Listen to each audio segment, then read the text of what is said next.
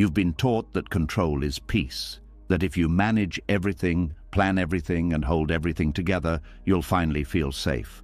But if that were true, why does your mind never rest? Why do you feel tense even when things are fine?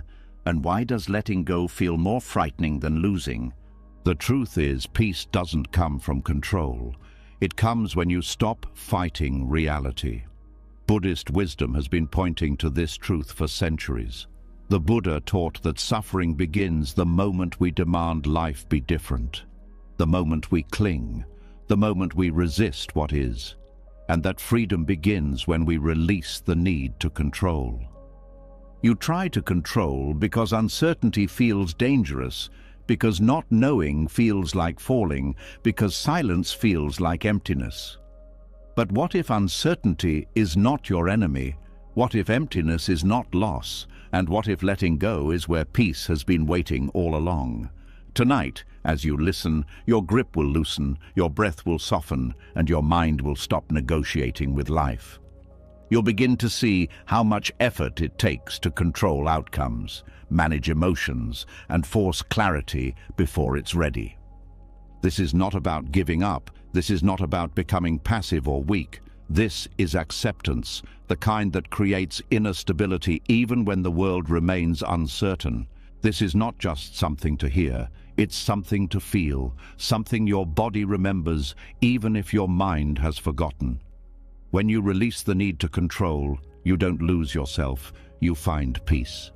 Are you ready to stop holding on and finally allow life to be? Let's begin. Something subtle happens right after the idea of letting go enters your awareness. A quiet resistance shows up, not loud, not dramatic, just a tightening inside the chest or jaw, a thought that whispers, "If I stop controlling this, something will go wrong." This response is not a personal failure. It is not weakness. It is a deeply ingrained survival response shaped long before modern life existed. The need for control was not born from ego or personality. It came from survival. Early human minds learned to stay alive by predicting threats and reducing uncertainty. The ability to anticipate danger, dominate surroundings, and maintain order meant the difference between life and death. Control equaled safety. That equation became wired into the nervous system. And even though your life no longer depends on constant vigilance, your body still reacts as if it does. Today, uncertainty rarely threatens your physical survival, yet your nervous system responds to it as though it does. A delayed reply triggers anxiety. A change in plans feels destabilizing. Silence feels unsafe. Loss of clarity feels dangerous. The mind reacts automatically by tightening its grip, trying to organize, manage, and dominate what it cannot fully predict. This is where the illusion of control takes hold. The mind begins to believe that safety comes from dominance rather than presence. It assumes that if it can just control enough variables, it will finally relax. But control does not calm the system. It keeps it alert. It keeps it braced. It keeps it scanning for the next threat. Control feels productive, but it is driven by fear. It is the mind saying, "I don't trust life to unfold without my interference." This is why control never feels complete. There is always another variable to manage, another possibility to prepare for, another outcome to prevent. Even during moments that should feel calm, part of you remains tense, waiting. The nervous system cannot distinguish between real danger and imagined threat. When the mind rehearses worst-case scenarios, the body responds as if they are already happening. Stress hormones are released, muscles tighten, breathing becomes shallow. Control keeps the body in a low-grade fight-or-flight state. This is why chronic controlling tendencies often coexist with exhaustion. Buddhist teachings identify this pattern clearly. They explain that suffering arises not from uncertainty itself, but from resistance to it. The mind resists by clinging, by grasping, by trying to force stability where none exists. This resistance keeps the nervous system activated. It signals danger even when there is none. Relinquishing control does not remove uncertainty, it removes the internal war against it. That is the difference. When resistance drops, the body receives a new signal. Not everything is safe, but I am not fighting this moment. That signal allows the nervous system to settle. Inner security is often misunderstood. It is not a guarantee that nothing will go wrong. It is not confidence that life will behave.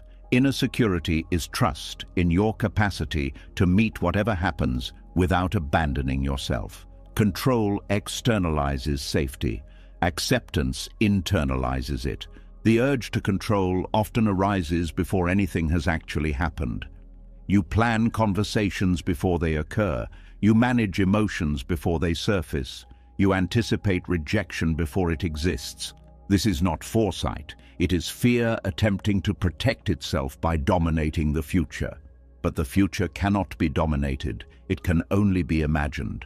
And imagination, when fueled by fear, becomes a source of suffering. Control turns imagined threats into lived stress. Acceptance allows uncertainty to remain uncertain. The mind uses control to avoid feeling. If you stay busy managing outcomes, you don't have to sit with discomfort. If you stay in charge, you don't have to feel vulnerable. Control is a strategy for emotional avoidance, but what is avoided does not disappear. It accumulates. Unfelt emotions settle into the body. They show up as tension, restlessness, irritability, and chronic anxiety. Control keeps emotions suspended. Acceptance allows them to move. Movement is how emotions resolve. Letting go of control often feels unsafe at first because it removes a familiar coping mechanism. Even if that mechanism is exhausting, it is known. The nervous system prefers familiar pain to unfamiliar peace. This is why people often return to controlling habits after moments of release, not because control works, but because it feels predictable. Acceptance introduces something unfamiliar: openness. Openness includes sensation, emotion, and uncertainty. But openness is also where regulation happens.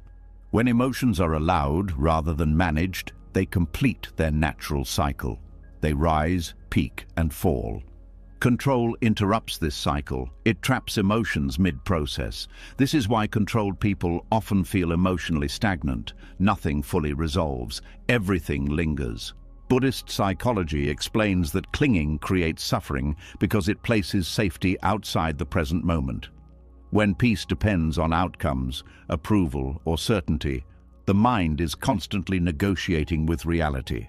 Negotiation keeps tension alive. Allowance dissolves it. Relinquishing control does not mean doing nothing. It means responding rather than reacting. Reaction comes from fear. Response comes from presence. Presence does not rush. It does not dominate. It meets what is actually happening. Notice how control is future-oriented. It lives in what if. Acceptance lives in what is. The nervous system can regulate in the present. It cannot regulate in imagined futures. This is why acceptance feels grounding. When you allow a moment to be exactly as it is, even if it is uncomfortable, something stabilizes inside. The breath slows, muscles soften, the mind becomes less noisy. Not because the situation changed, but because resistance dropped. This is how inner security forms. It is built through repeated experiences of allowing discomfort without collapsing. Each time you stay present instead of controlling, the nervous system learns a new pattern. It learns that uncertainty is survivable. It learns that sensation passes. It learns that you remain intact. Control narrows life. Acceptance expands it. Control requires constant effort. Acceptance conserves energy. Control is tense. Acceptance is alert without strain. There is a common fear that without control, chaos will take over. But chaos is not the absence of control. Chaos is the absence of awareness. Acceptance does not remove awareness. It sharpens it. When you are no longer busy managing imaginary threats, you become more attuned to what is actually happening. This clarity allows for wiser action. Action that arises from clarity is more effective than action driven by fear. Control acts too early. Acceptance waits for reality to speak. Letting go of control also changes how you relate to yourself. Control is often harsh. It demands performance. It punishes mistakes. Acceptance introduces gentleness. Gentleness is not indulgence. It is accuracy. It meets the nervous system where it is instead of forcing it where it is not ready to go. This gentleness restores trust. Trust in the body, trust in awareness, trust that you can feel without breaking. That trust is the foundation of peace. Inner security does not feel dramatic. It is subtle. It feels like less effort, fewer internal arguments, fewer rehearsals, more space between thoughts. It does not mean the absence of difficulty. It means the absence of constant defense. The illusion of control collapses slowly. Not through force, but through experience. Each time you release control and discover that you are still okay, the belief weakens. Over time, the nervous system stops equating dominance with safety. Peace does not arrive as an achievement. It emerges as a byproduct of non-resistance. When you stop trying to manage life into a shape it cannot hold, the energy used for control becomes available for presence. Presence is what makes life feel livable. It is what allows rest without collapse and engagement without anxiety. Presence does not require certainty. It requires honesty with what is here. The illusion of control promised safety. Acceptance delivers stability. Not because the world becomes predictable, but because you stop needing it to be. As the grip of control softens, a new discomfort often appears. Not fear this time, but confusion. If control creates tension and acceptance brings relief, then why does acceptance sometimes sound like giving up? Why does it feel close to weakness? This misunderstanding is one of the biggest reasons people return to control even after tasting peace. There is a quiet fear beneath the word acceptance, a fear that says, if I accept this, nothing will change. A fear that says, if I stop resisting, I will stay stuck. This fear is understandable, but it is based on a false idea. Acceptance is not passivity, it is not resignation, it is not surrendering your life to chaos. True acceptance is something far more active, far more grounded, and far more powerful. Acceptance begins where denial ends. Denial is exhausting. It requires constant mental effort to pretend something is not happening, should not be happening, or must be changed immediately. The body feels denial as tension. The jaw tightens, the breath shortens, the mind races. Acceptance, by contrast, starts with honesty. It says, this is what is happening right now. Nothing more, nothing less. This honesty is stabilizing. When you stop arguing with reality, your energy returns to the present moment. That energy is what makes wise action possible. Control rushes, avoidance freezes, acceptance grounds. Many people confuse acceptance with approval. They think accepting something means liking it, agreeing with it, or allowing harm to continue. This is not what acceptance means in Buddhist understanding. Acceptance means acknowledging reality as it is before deciding how to respond. It is the pause that allows clarity to emerge. When you skip acceptance, action becomes reactive. You act from fear, anger, or urgency. These actions may feel strong, but they are often misaligned. They create more problems than they solve. Acceptance slows the process just enough for wisdom to enter. There is a concept in Buddhism often called the middle way. It is not a compromise between extremes. It is a path that avoids both force and avoidance. Control is one extreme, passivity is the other. Acceptance lives between them. Control tries to dominate reality, passivity collapses under it. Acceptance meets reality without aggression or withdrawal. It says, this is here, and I am here with it. From that place, action becomes responsive instead of compulsive. Avoidance often disguises itself as acceptance. People say they are accepting when they are actually numbing, distracting, or withdrawing. True acceptance does not disconnect you from experience. It connects you more deeply. You feel more, not less. You notice more, not less. This is why acceptance can feel uncomfortable at first. It removes the shields. You become aware of sensations, emotions, and thoughts that control and avoidance kept at a distance. But awareness is not harm. Awareness is how the system processes experience. When you accept an emotion, you allow it to exist without trying to fix it. This does not make the emotion stronger. It allows it to complete its natural cycle. Emotions that are resisted persist. Emotions that are allowed move. Wise action grows out of this movement.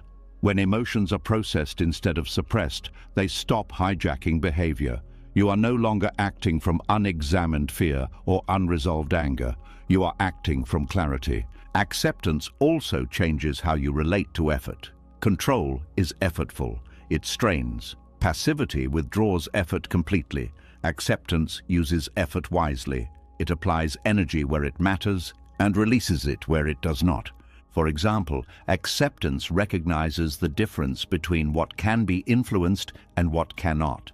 It does not waste energy fighting facts. It also does not abandon responsibility where action is possible. It responds appropriately. This discernment is impossible without acceptance. When you are busy resisting reality, you cannot see clearly. Resistance distorts perception. It narrows attention. Acceptance widens it. The nervous system plays a crucial role here.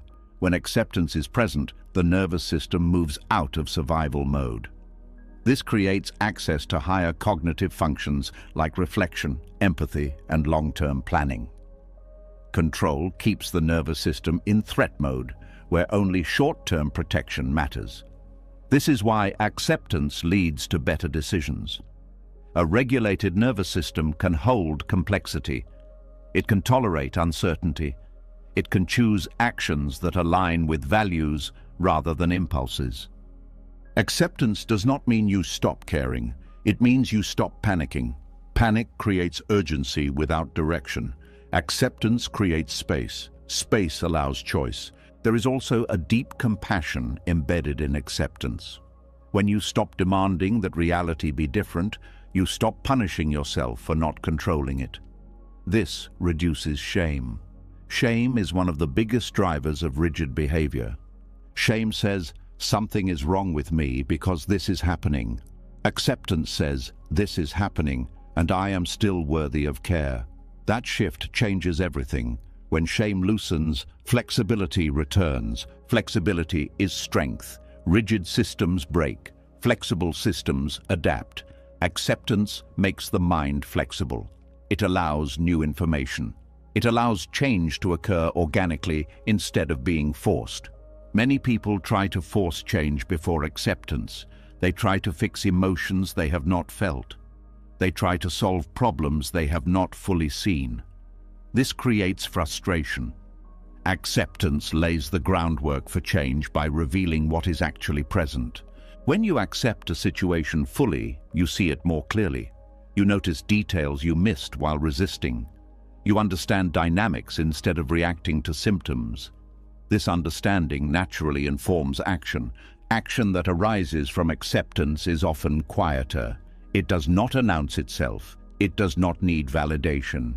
It feels steady rather than urgent.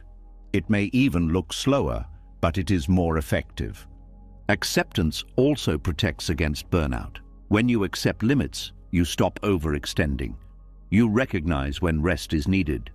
You respect your capacity. Control ignores limits. Passivity collapses under them. Acceptance works with them. There is a subtle confidence that develops with acceptance. Not confidence that things will go your way, but confidence that you can handle whatever arises. This confidence reduces fear-driven behavior. Acceptance teaches patience, but not complacency. Patience here means allowing processes to unfold without interference. Many things cannot be rushed. Healing, understanding, trust, and growth have their own timing. Forcing them delays them. Wise action respects timing. It knows when to act and when to wait. Waiting is not inaction. It is active presence without interference. Acceptance also improves relationships. Control tries to manage people. Passivity avoids conflict. Acceptance allows others to be who they are without collapsing boundaries. From this place, communication becomes clearer and less defensive. You can accept someone as they are and still choose how close they are to you. Acceptance does not erase discernment, it sharpens it. When you are not trying to change someone, you see them more accurately. This accuracy informs boundaries. Boundaries formed from acceptance are firm without being hostile. They are clear without being rigid. They are respected because they are not reactive.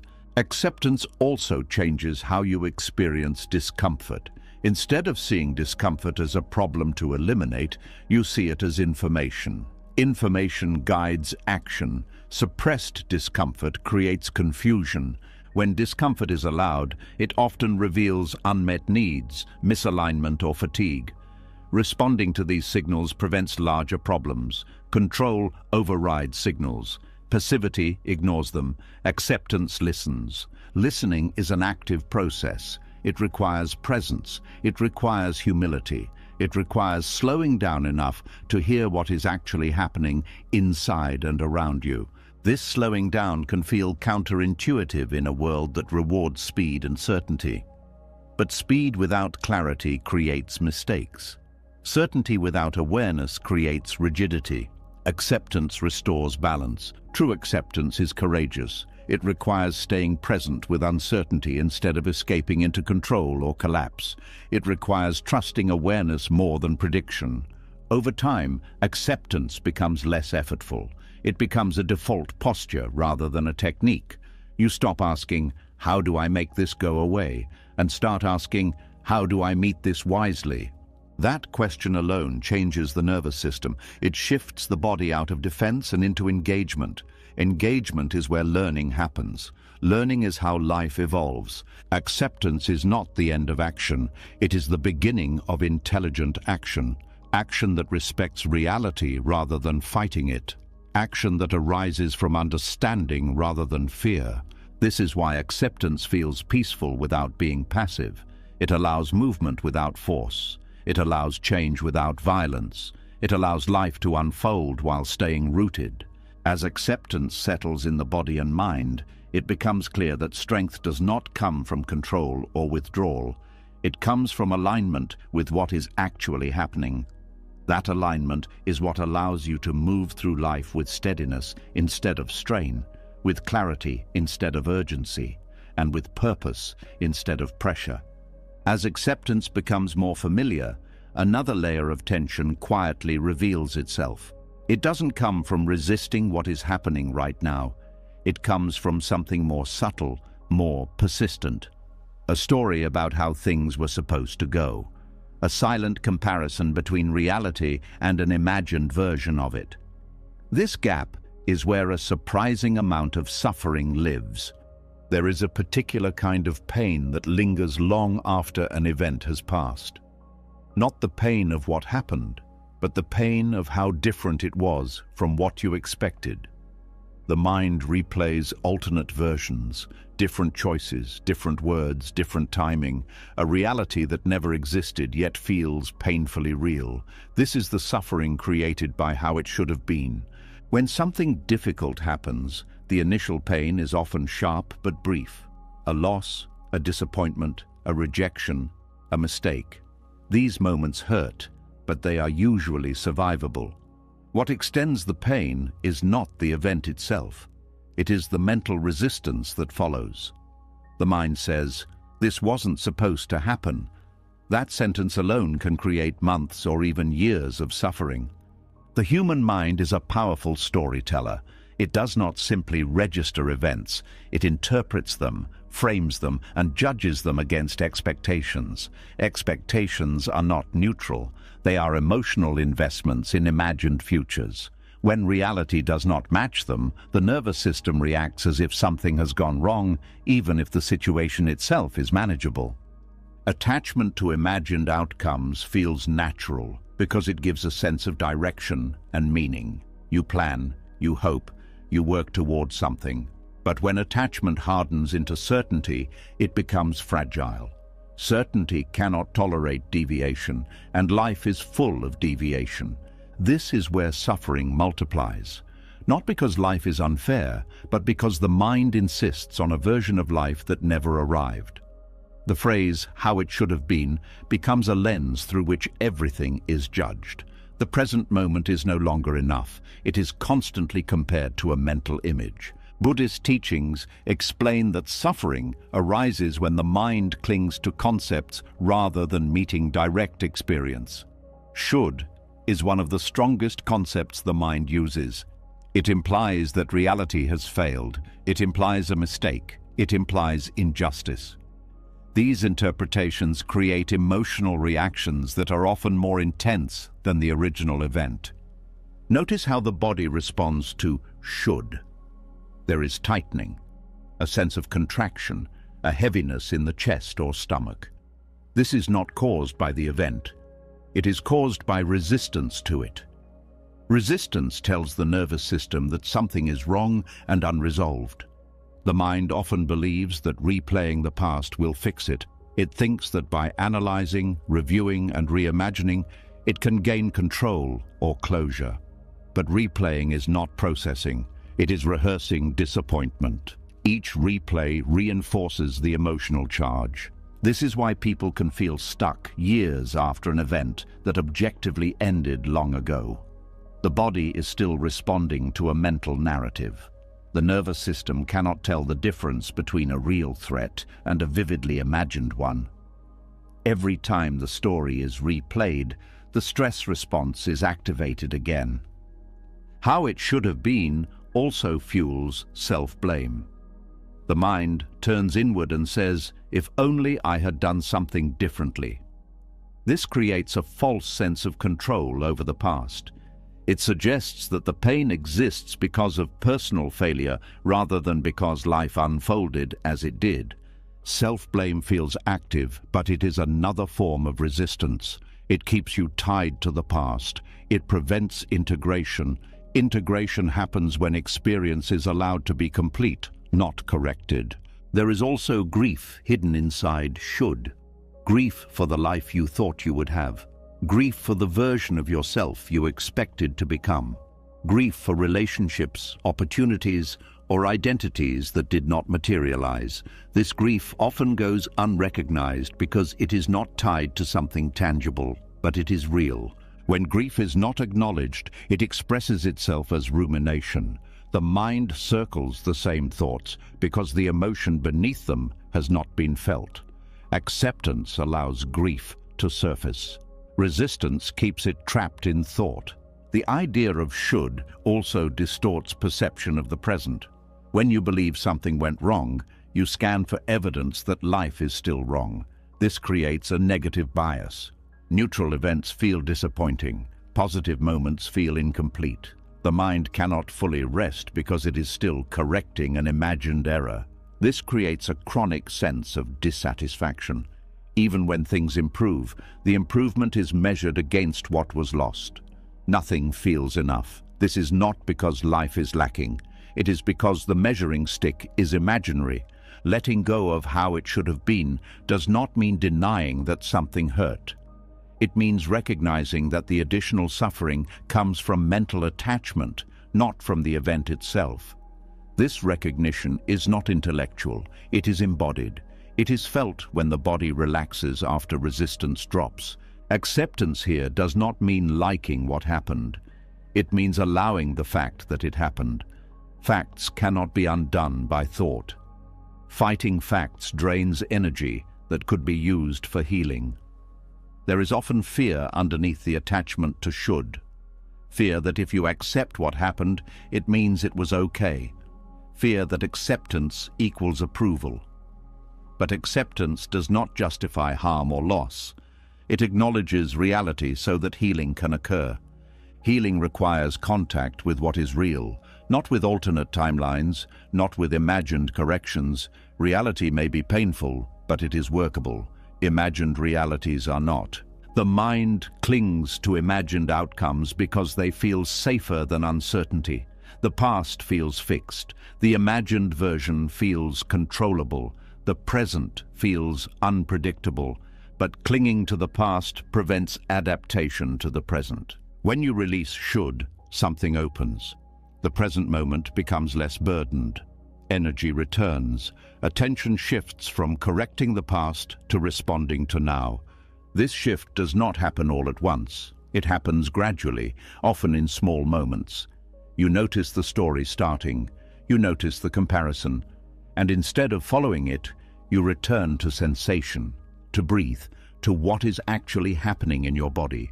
The body lives in the present. It does not know should. When attention returns to the body, the nervous system exits the loop of imagined suffering. This is why somatic awareness is so important in Buddhist practice. It grounds the mind. How it should have been also affects relationships.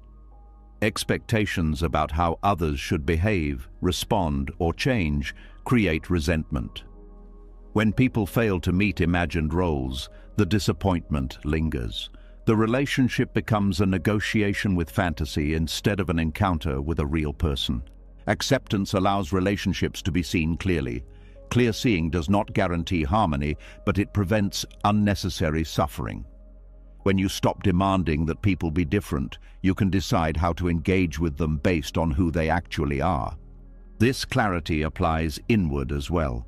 Many people suffer not because of who they are, but because of who they think they should be. Identity expectations create internal conflict. The present self is constantly judged against an idealized version. This judgment creates tension and shame. Shame is not a motivator, it is a weight. When shame drops, growth becomes more natural. Growth does not require self-rejection, it requires honesty. Letting go of should creates honesty, honest recognition of loss, honest acknowledgement of disappointment, honest acceptance of limitation. This honesty is grounding. It brings the mind back to what is workable. The moment you stop arguing with the past, something settles, not because everything is resolved, but because the internal fight ends. The fight was never with the event, it was with the meaning assigned to it. Meaning can change. Facts cannot. When meaning shifts from "this should not have happened" to "this did happen," the nervous system relaxes. That relaxation allows grief to move, understanding to form, and adaptation to occur. This is not resignation, it is realism. Realism is compassionate. It does not add unnecessary suffering to unavoidable pain. It allows life to be complex without turning it into a personal failure. As attachment to imagined outcomes loosens, the present moment becomes less heavy. Attention returns to what is alive now rather than what was lost. This does not erase memory. It changes relationship to memory. Memory becomes information instead of a weapon. It informs without punishing. It teaches without trapping. This is how wisdom forms. When should releases its grip, life does not suddenly become perfect, but it becomes more honest, more spacious, less burdened by comparison. The mind spends less time correcting the past and more time engaging the present. Peace here is not a reward, it is the natural result of no longer fighting what cannot be changed.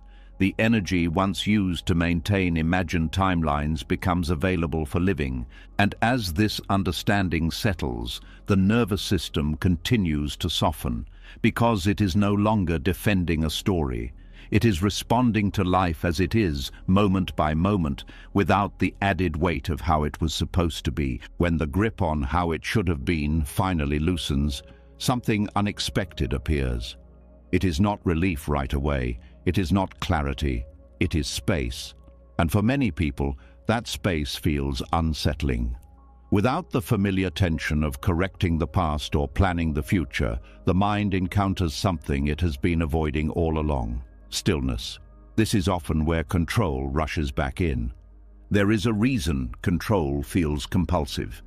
It is not only about managing outcomes or preventing pain, it is also about avoiding emptiness. Not physical emptiness, but inner stillness. The kind of quiet where there is nothing to fix, nothing to analyze, nothing to chase. For a mind trained to stay busy, that quiet can feel threatening. Control addiction is rarely recognized as an addiction because it looks responsible. It looks like planning, organizing, improving, optimizing. It is praised in modern life. But beneath this constant activity is often a deep discomfort with simply being.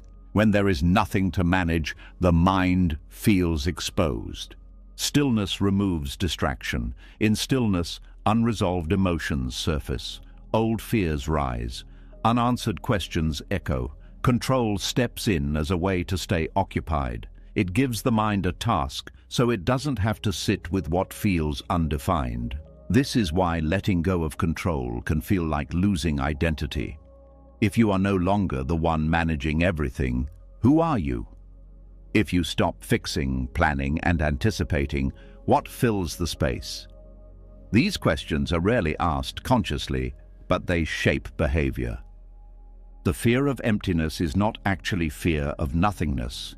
It is fear of meeting yourself without roles, without strategies, without constant motion.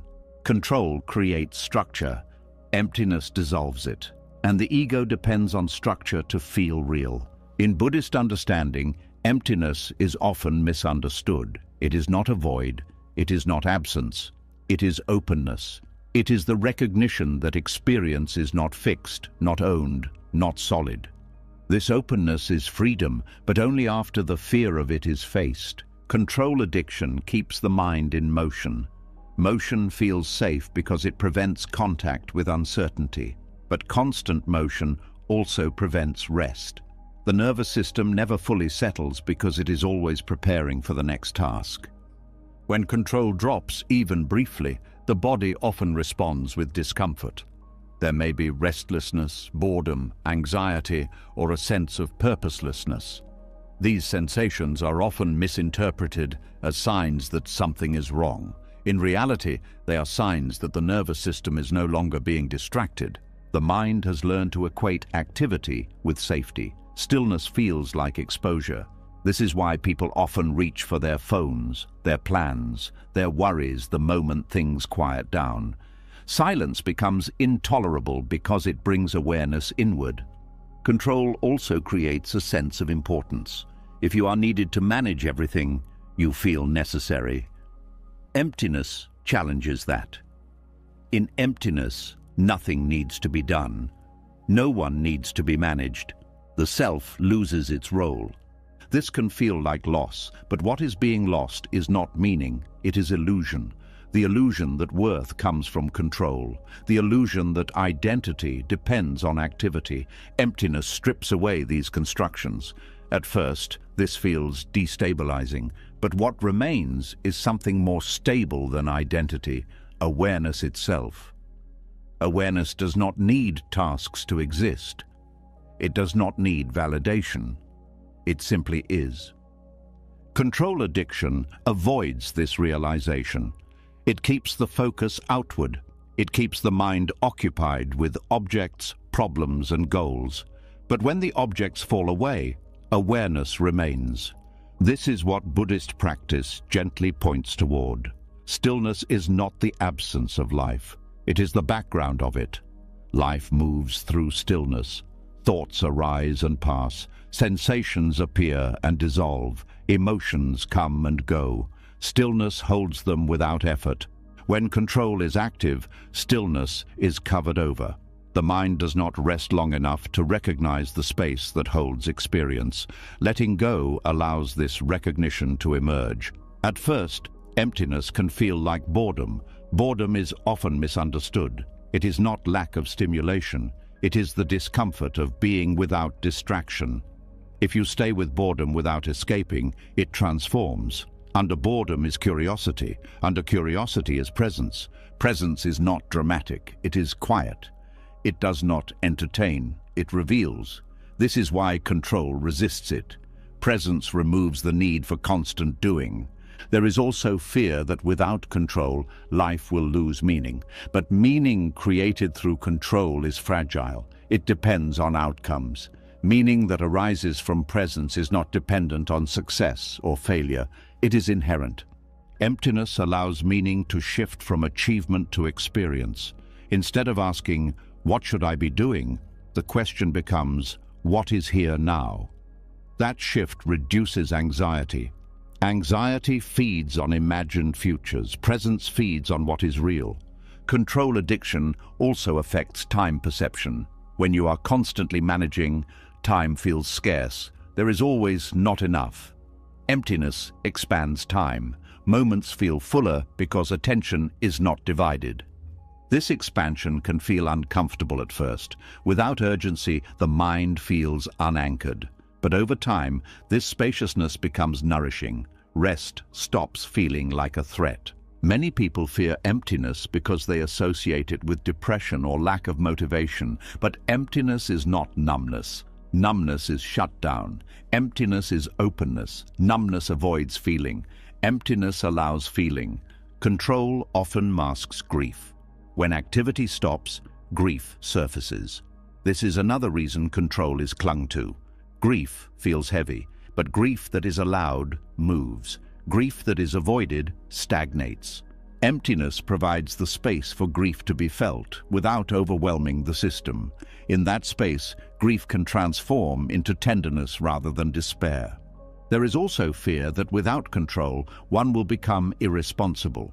This fear misunderstands where responsibility comes from. Responsibility rooted in fear is rigid. Responsibility rooted in awareness is responsive. When you are present, you notice what needs attention. You act because something matters, not because you are anxious. This kind of action is more sustainable. It does not require constant pressure. Emptiness does not erase action, it refines it. Actions arise naturally from clarity rather than compulsion. You do what needs to be done, and then you stop. Control never stops. It keeps going even when nothing is required. Control addiction also creates tension in relationships. When you are uncomfortable within a stillness, you may try to manage others to avoid your own discomfort. You focus outward to avoid inward contact. When emptiness is tolerated, relationships soften. You stop needing others to fill internal gaps. You stop controlling their behavior to regulate your emotions. This creates more genuine connection. Stillness also reveals the impermanent nature of experience. Thoughts pass, emotions shift, sensations change. Control tries to freeze experience. Emptiness allows it to flow. This flow is what freedom feels like. Not freedom from responsibility, but freedom from compulsion. Freedom from the need to constantly define, fix, or justify yourself. Buddhist teachings emphasize that emptiness is not something to achieve. It is something to recognize. It is already present beneath the noise. Control keeps the noise loud. Letting go reveals what was always there. The fear of emptiness fades with familiarity. As you spend time without filling space, the nervous system learns that stillness is safe. The urge to control weakens, not through force, but through trust. Trust develops when you see that nothing collapses when you stop managing everything. Life continues, breath continues, awareness continues. You are still here. This realization is deeply stabilizing. It removes the urgency that fuels control addiction. You no longer need to prove your existence through activity. Emptiness becomes restful rather than threatening. It becomes a refuge rather than a void. In that refuge, clarity grows, compassion deepens, action becomes simpler. Control once promised safety and meaning. Emptiness delivers something quieter and more durable. Freedom from the need to constantly become something else. And in that freedom, life feels less like a problem to solve and more like a reality to participate in, without force, without avoidance, with presence that does not need to be filled. As inner stillness becomes less frightening and more familiar, attention naturally shifts outward again. not to control life, but to relate to it. And this is where one of the most delicate forms of control reveals itself, not the kind that plans outcomes or manages emotions, but the kind that quietly tries to reshape other people, often with good intentions, often in the name of love, growth, or wisdom. There is a particular discomfort that arises when you see someone you care about suffering in ways that seem unnecessary. You notice their patterns, you see their blind spots, you sense what they could become if only they understood what you understand. This discomfort is real. It comes from care. But what you do with it matters more than the feeling itself. The urge to help others change is deeply human. It feels compassionate. It feels responsible. It feels like engagement rather than indifference. But beneath this urge, there is often an unexamined assumption that you know what someone else needs better than they do. This assumption is where subtle violence begins. Violence does not always look like force. Sometimes it looks like pressure. Sometimes it looks like persuasion. Sometimes it looks like constant advice, correction, or concern. When you try to awaken someone before they are ready, you are not meeting them where they are. You are trying to pull them into a version of reality that makes you more comfortable. This kind of control is especially tempting when you have done inner work yourself. Insight can create distance. Awareness can create impatience. You forget how long it took you to see what you now see. You forget the resistance you once had. You forget that understanding cannot be transferred like information. Awakening is not a concept someone adopts. It is a process that unfolds when conditions are right. No amount of explanation can replace lived experience. When you try to force insight, you bypass the path that makes insight real. Buddhist ethics emphasize non-interference, not because people should not care, but because genuine care respects autonomy. Every being has their own timing, their own lessons, their own way of meeting suffering. Interfering with that process, even gently, can disrupt something essential. Trying to change others often comes from discomfort with helplessness. You want to relieve their pain, but you also want to relieve your own discomfort at witnessing it. Control disguises itself as compassion when you cannot tolerate the limits of your influence. There is also ego hidden in the desire to awaken others. The ego enjoys being right. It enjoys being ahead. It enjoys being the one who sees. When you try to lead others toward insight, you may unconsciously reinforce a sense of superiority. This creates separation, not connection. People do not awaken through pressure. Pressure creates defensiveness. Defensiveness hardens identity. When identity hardens, insight becomes less likely.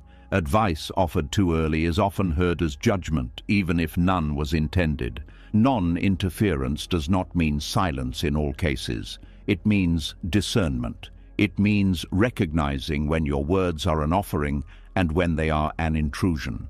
It means asking whether you are responding to a request or imposing a vision.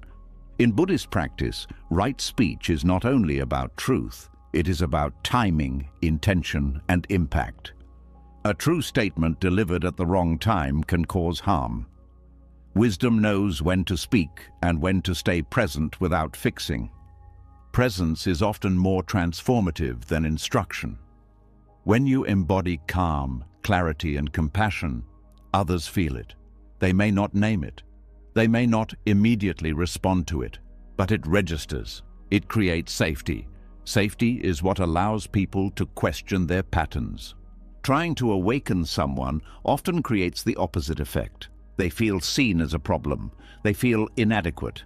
They feel pressured to change for your comfort. This creates resistance. Resistance is not stubbornness. It is self-protection. Every person has a protective structure built from their experiences. That structure may look limiting from the outside, but it once served a purpose. Dismantling it too quickly can feel threatening. Awakening that bypasses safety becomes destabilizing. This is why Buddhist ethics emphasize compassion before insight. Compassion does not rush, it does not correct. It stays close without controlling. It allows others to feel met rather than managed. When you release control over others' awakening, relationships change, conversations soften, listening deepens. You stop waiting for someone to get it and start meeting them where they are. This creates trust.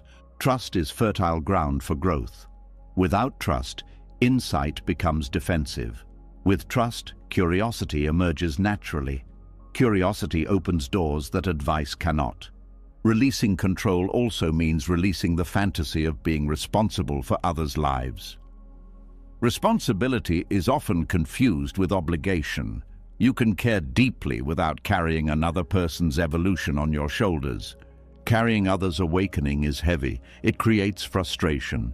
You watch them repeat patterns. You feel stuck. You feel unheard. This frustration is a sign that a boundary has been crossed internally. You have taken on a role that was never yours. When you step back, something unexpected happens. Your energy returns. You stop burning yourself out trying to move others. You become more available emotionally because you are not pushing. This availability is felt. People relax around you. They sense that you are not trying to change them. In that relaxation, deeper conversations may arise organically, or they may not. Either outcome is respected. Non-interference also protects you from resentment. When you invest in changing others, you create expectations. When those expectations are not met, resentment builds. Resentment poisons compassion. Letting others be who they are frees you from monitoring their progress. It allows you to focus on your own practice. And your own practice is the most powerful influence you have. People learn less from what you say and more from how you live. If your presence is grounded, open, and non-reactive, it speaks quietly but clearly. That kind of teaching does not intrude. It invites. This does not mean withholding help when it is asked for. When someone genuinely seeks guidance, offering it with humility and without attachment to outcome can be skillful. The key difference is consent. Guidance offered without request is often experienced as control. Consent creates mutual respect. It ensures that help is received rather than defended against. It aligns intention with readiness. Releasing control over others' awakening also requires trust in life. Trust that people are learning what they need to learn, even when it looks messy. Trust that suffering, while painful, is not meaningless. It often carries the seeds of insight. This trust does not make you indifferent. It makes you patient. Patience is not passive. It is active faith in the unfolding process. There is also humility in non-interference. You acknowledge that your perspective is partial. You accept that what looks like stagnation from the outside may be integration on the inside. Growth is not always visible. When you stop trying to direct others' paths, you stop comparing timelines. Comparison creates hierarchy. Hierarchy creates distance. Distance reduces compassion. Equality restores it. Equality does not mean sameness. It means recognizing that everyone is navigating conditions you cannot fully see. Non-interference is not withdrawal. It is engagement without manipulation. It is care without agenda. It is love without control. This approach also protects the dignity of others. Awakening that arises from dignity is stable. Awakening that arises from shame is fragile. By releasing the need to awaken others, you allow relationships to be real rather than instructional. Real relationships are unpredictable. They challenge you. They reveal your own attachments. Often the urge to change others points to something unresolved in yourself. Their behavior triggers discomfort. You want them to change so you don't have to feel something. This realization can be humbling. When you turn attention back inward, you may discover that what you wanted them to see is something you are still learning to live. This deepens your practice. Releasing control over others' awakening is not a loss. It is a refinement of compassion. It moves compassion from action-driven to presence-based. Presence-based compassion does not collapse under frustration. It does not demand results. It remains steady even when nothing changes. This steadiness is rare. It is felt immediately. It creates a different quality of connection, a connection where people feel free rather than evaluated. Freedom is the soil in which awakening grows, not pressure, not persuasion, not insistence. When you stop trying to move others, you begin to walk more honestly yourself. And that honesty becomes the quiet influence you were searching for all along. When the need to shape other people's inner journeys finally loosens, another pattern becomes easier to see. Control does not stop at beliefs or emotions. It shows up in daily behavior, in small corrections, in constant oversight, in the urge to manage details that do not truly belong to you. This is where control becomes habitual, almost invisible, and where its consequences quietly accumulate over time. Micromanagement is often justified as care. It presents itself as responsibility, efficiency, or high standards. But beneath it lies the same fear that has followed every form of control so far. Fear that without constant supervision, things will fall apart. This fear rarely announces itself openly. Instead, it disguises itself as vigilance. The word karma is often misunderstood as punishment. In Buddhist understanding, karma is not a moral sentence handed down by the universe. It is cause and effect. Action leaves an imprint. Intention shapes outcome. What you repeatedly do trains the mind, conditions relationships, and influences the future. Micromanagement plants seeds, not dramatic ones, small, repeated ones. A correction here, a reminder there, a decision made for someone else just to be safe. Each act may seem harmless. Together they shape patterns that eventually produce suffering. In relationships, micromanagement erodes trust. When you constantly oversee, adjust, or improve someone's actions, you send a subtle message. I don't believe you can handle this. Even when spoken kindly, this message is felt. Over time, the other person may begin to doubt themselves. Self-doubt is not created through failure alone. It is often created through constant interference. When someone is not allowed to try, struggle, and learn, their confidence weakens. This is one of the hidden costs of control. You believe you are helping, but you are removing opportunities for growth. This dynamic affects not only others, but you as well. When you take responsibility for everything, you train yourself to believe that nothing functions without you. This belief becomes heavy. It creates pressure. You become indispensable but also exhausted. Excessive control narrows your life. Your attention is always outward, scanning for errors, fixing problems, preventing mistakes. There is little space for rest, little room for curiosity, little trust in flow. In work environments, micromanagement stifles creativity. People stop offering ideas. They stop taking initiative. Why risk being corrected or overridden?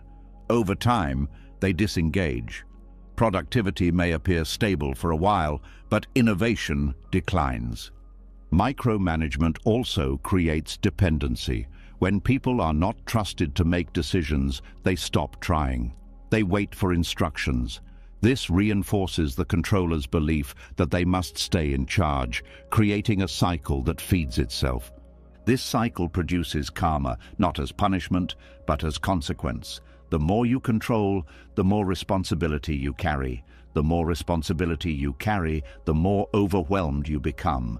Overwhelm increases fear. Fear increases control. In personal relationships, micromanagement often shows up as advice that was not asked for, reminders that feel like criticism, or concern that feels intrusive. Over time, intimacy suffers. People begin to withhold. Conversations become guarded. The controller may feel lonely without understanding why. They are surrounded by people, yet connection feels shallow. This loneliness is not caused by others pulling away. It is caused by the invisible barrier control creates. Control prevents mutual vulnerability. When you are always in the role of manager, you are rarely fully present as a participant. You are watching, evaluating, adjusting. Presence requires letting go of the need to oversee. There is also karma within the mind itself. Micromanagement trains the mind to distrust spontaneity. It creates a belief that things only go well when they are tightly controlled. This belief follows you inward. You begin to micromanage your own thoughts, your emotions, your healing, your progress. Nothing is allowed to unfold naturally. Everything must be monitored. This creates internal tension. Self-trust erodes when you do not allow yourself to respond naturally. You second-guess instincts. You overthink decisions. You rehearse outcomes. The inner world becomes as managed as the outer one. This is the karmic effect of micromanagement. A mind that cannot relax, a body that cannot rest, relationships that cannot breathe. None of this happens suddenly. It unfolds gradually through repetition. Micromanagement also limits learning. Mistakes are teachers. When mistakes are prevented at all costs, learning is delayed. You may avoid short-term discomfort, but you create long-term stagnation.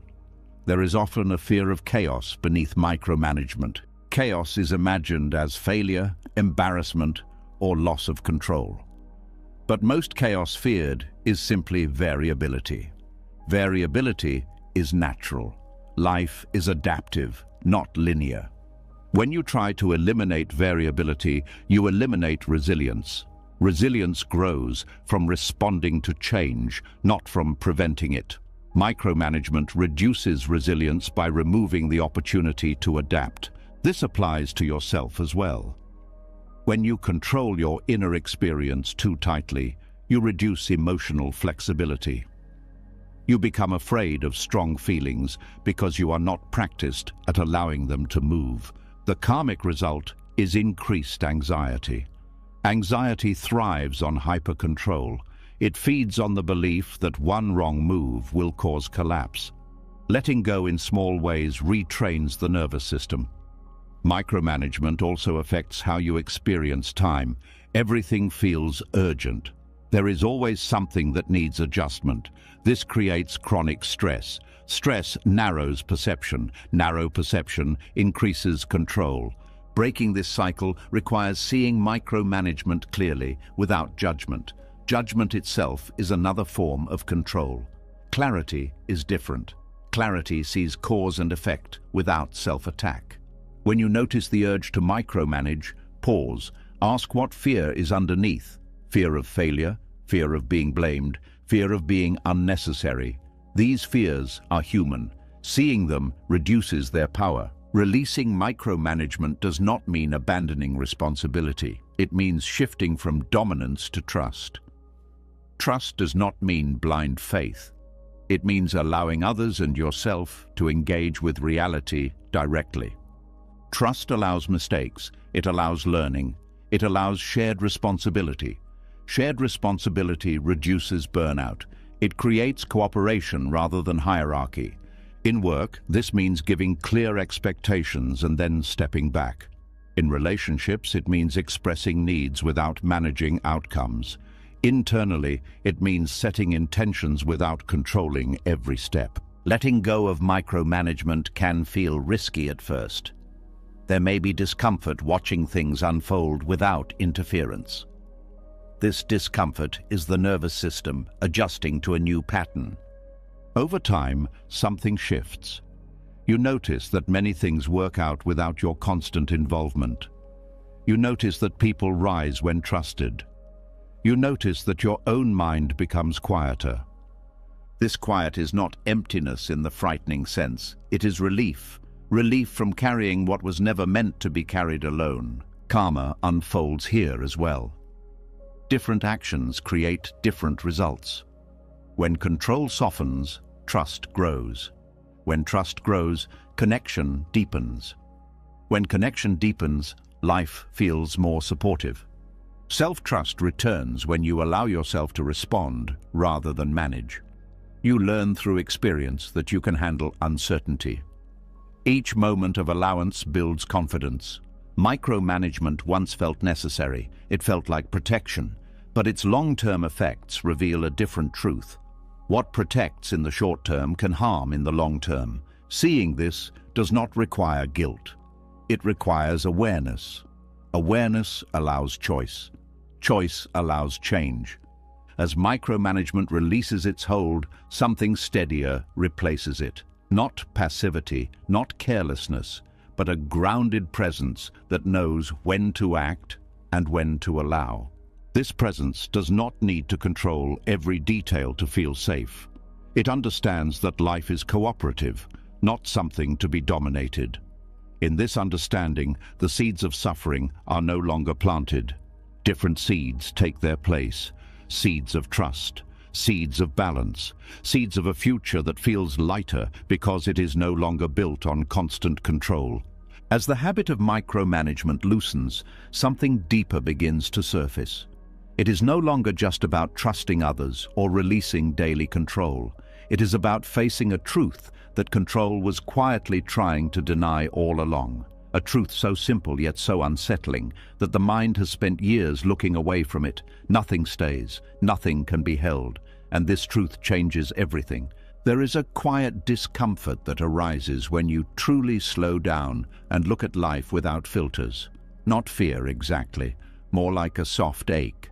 The kind that comes from realizing how much effort has gone into holding things still. Roles, relationships, bodies, moments, identities. The mind clings because it believes stability comes from permanence. Impermanence threatens that belief. Impermanence is not an abstract idea. It is not philosophy meant for monasteries or books. It is the most intimate fact of living. Every breath begins and ends. Every emotion rises and falls. Every situation shifts, whether welcomed or resisted. Control survives by pretending this is not true. From early on, the mind learns to attach. Attachment creates a sense of continuity. If I hold on to this, I remain safe. If I preserve this moment, this person, this version of myself, then I exist in something solid. Impermanence shatters this illusion gently but relentlessly. The fear is not of change itself. The fear is of what change exposes. That nothing is owned, that nothing is guaranteed, that security built on holding is unstable by nature. This realization can feel destabilizing, especially for a mind trained to seek certainty. Yet impermanence is not cruel, it is honest. It does not take things away out of malice. It simply reveals what was always true. That everything you experience is moving. Trying to stop it does not preserve it. It only adds tension. When you deeply contemplate impermanence, control begins to look unnecessary, even futile. You start to see that no amount of planning can freeze time, no vigilance can prevent aging, no strategy can guarantee permanence in relationships, health, success, or identity. This realization often triggers grief. Not dramatic grief, but subtle mourning. Grief for illusions, grief for expectations, grief for the fantasy that something could finally be secure if managed well enough. This grief is not a problem, it is a release. Impermanence teaches surrender not through force but through repetition. You see things change again and again. At first the mind resists, then it bargains. Eventually something softens. Resistance gives way to understanding. Surrender here does not mean collapse. It means alignment with reality. It means recognizing that holding tightly does not prevent loss. It only increases suffering when loss inevitably arrives. There is a common misunderstanding that contemplating impermanence leads to detachment or indifference. In truth, it does the opposite. When you accept that nothing lasts, appreciation deepens. Moments become precious because they are fleeting. Impermanence sharpens attention. When you know a moment will not return, you are more likely to be present. Control pulls you out of presence by trying to extend or preserve. Surrender brings you into contact with what is here now. The body understands impermanence instinctively. Sensations arise and fade without commentary. Pain shifts, pleasure dissolves. The mind adds stories, trying to make sense of these changes. Often, those stories create more suffering than the sensations themselves. When you sit with impermanence, you notice how much of suffering comes from wishing something would stay the same. You want happiness to last, pain to end, people to remain unchanged. Life refuses these demands. This refusal is not punishment, it is instruction. Impermanence teaches flexibility, it teaches adaptability, it teaches humility. You are not in charge of time, you are part of it. Contemplating impermanence dismantles the illusion of possession. You begin to see that people are not owned, experiences are not stored, even the body is not permanent property. This can feel unsettling, but it is also freeing. If nothing can be held, then nothing can truly be lost in the way the ego fears. Loss still hurts, but it is no longer personal failure. It is participation in the nature of things. Impermanence also dissolves rigid identity. The person you were 10 years ago is gone. The person you will be in 10 years does not yet exist. Holding on to a fixed self creates conflict. You try to preserve an image that reality keeps reshaping.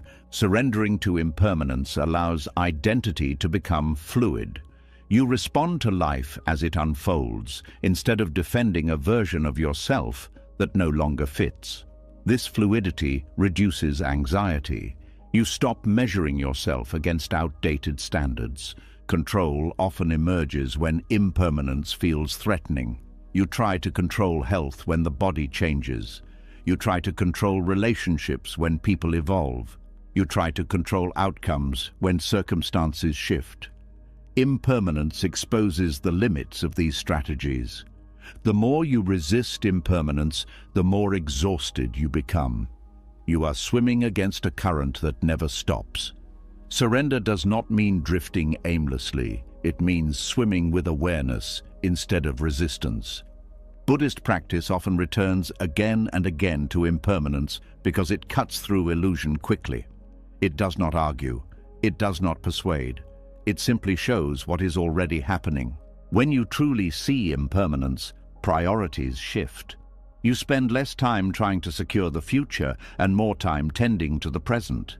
You become less attached to results and more attentive to process. Impermanence also deepens compassion. When you recognize that everyone is navigating change, loss, and uncertainty, judgment softens.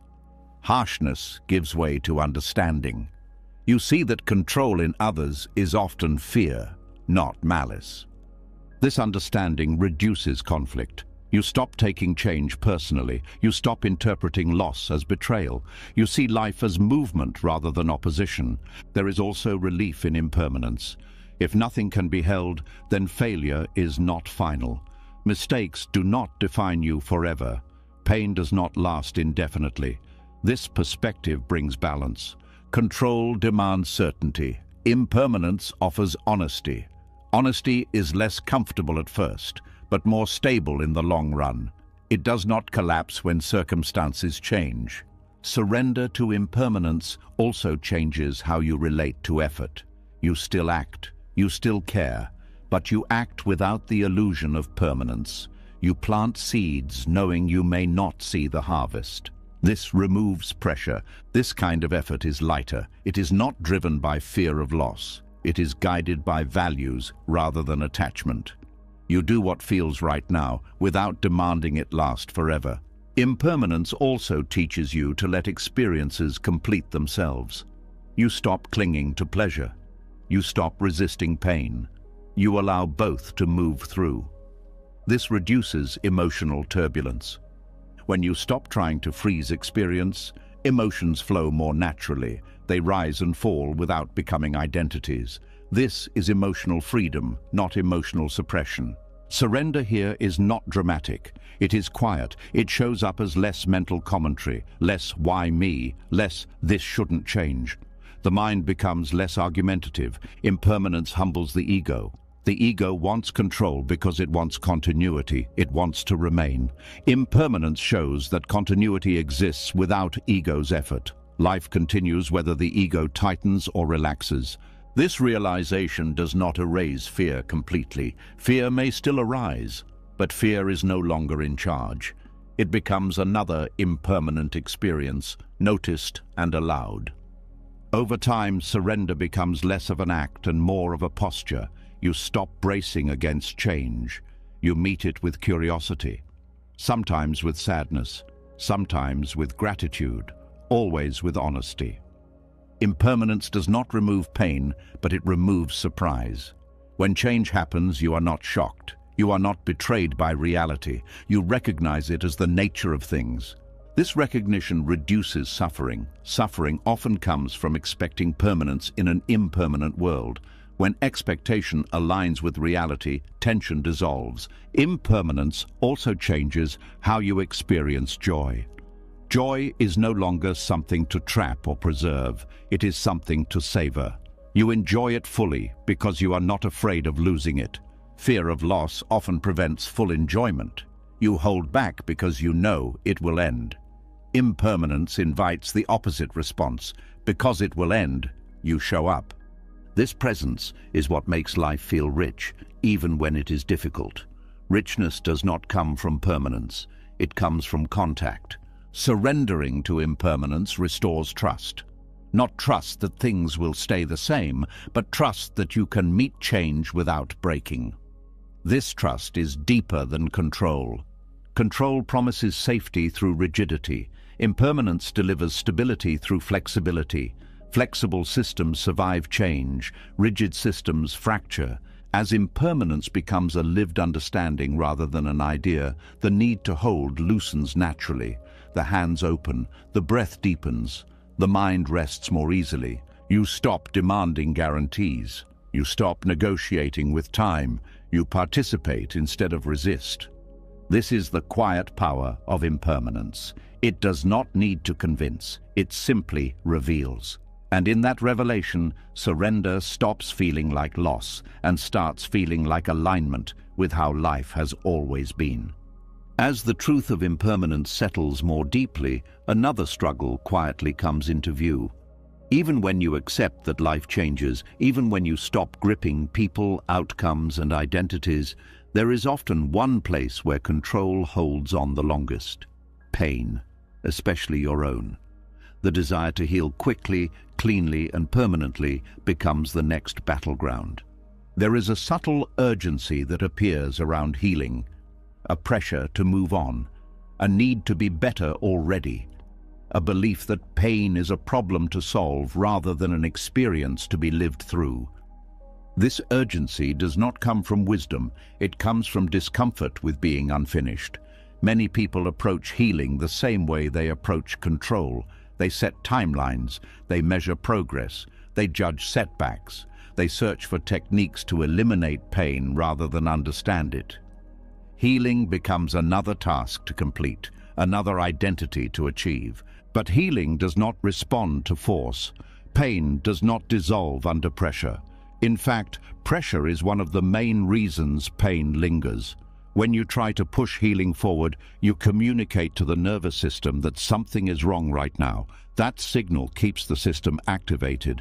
Pain is not only a sensation, it is information. Emotional pain carries messages about loss, violation, unmet needs, and boundaries crossed.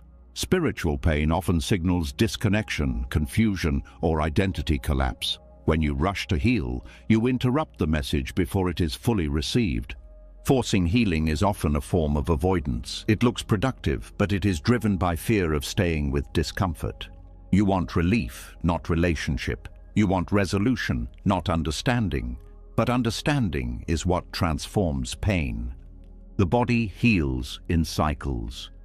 Emotional systems heal through expression, integration, and time. There is no shortcut through these processes.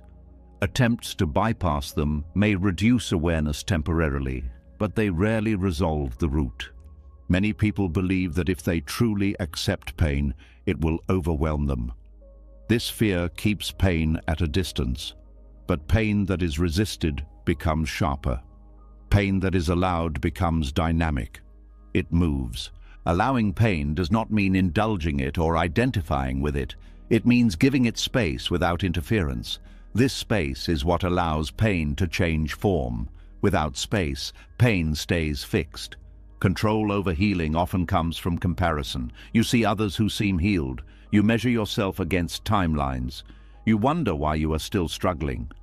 Comparison turns healing into performance. Performance blocks vulnerability. Healing requires honesty. Honesty about how much something hurt. Honesty about what was lost. Honesty about anger, sadness, fear, and confusion. Control censors this honesty because some feelings feel unacceptable. Spiritual healing is especially prone to control. People use concepts, practices, and beliefs to avoid feeling pain. They try to rise above suffering instead of staying present with it. This creates a split between spiritual identity and emotional reality. This split delays healing. What is denied does not integrate. It waits. Often it shows up later as numbness, bitterness, or sudden emotional collapse. True healing is not linear. It does not move steadily forward. It spirals. Old pain resurfaces in new forms. This does not mean healing failed. It means deeper layers are ready to be felt.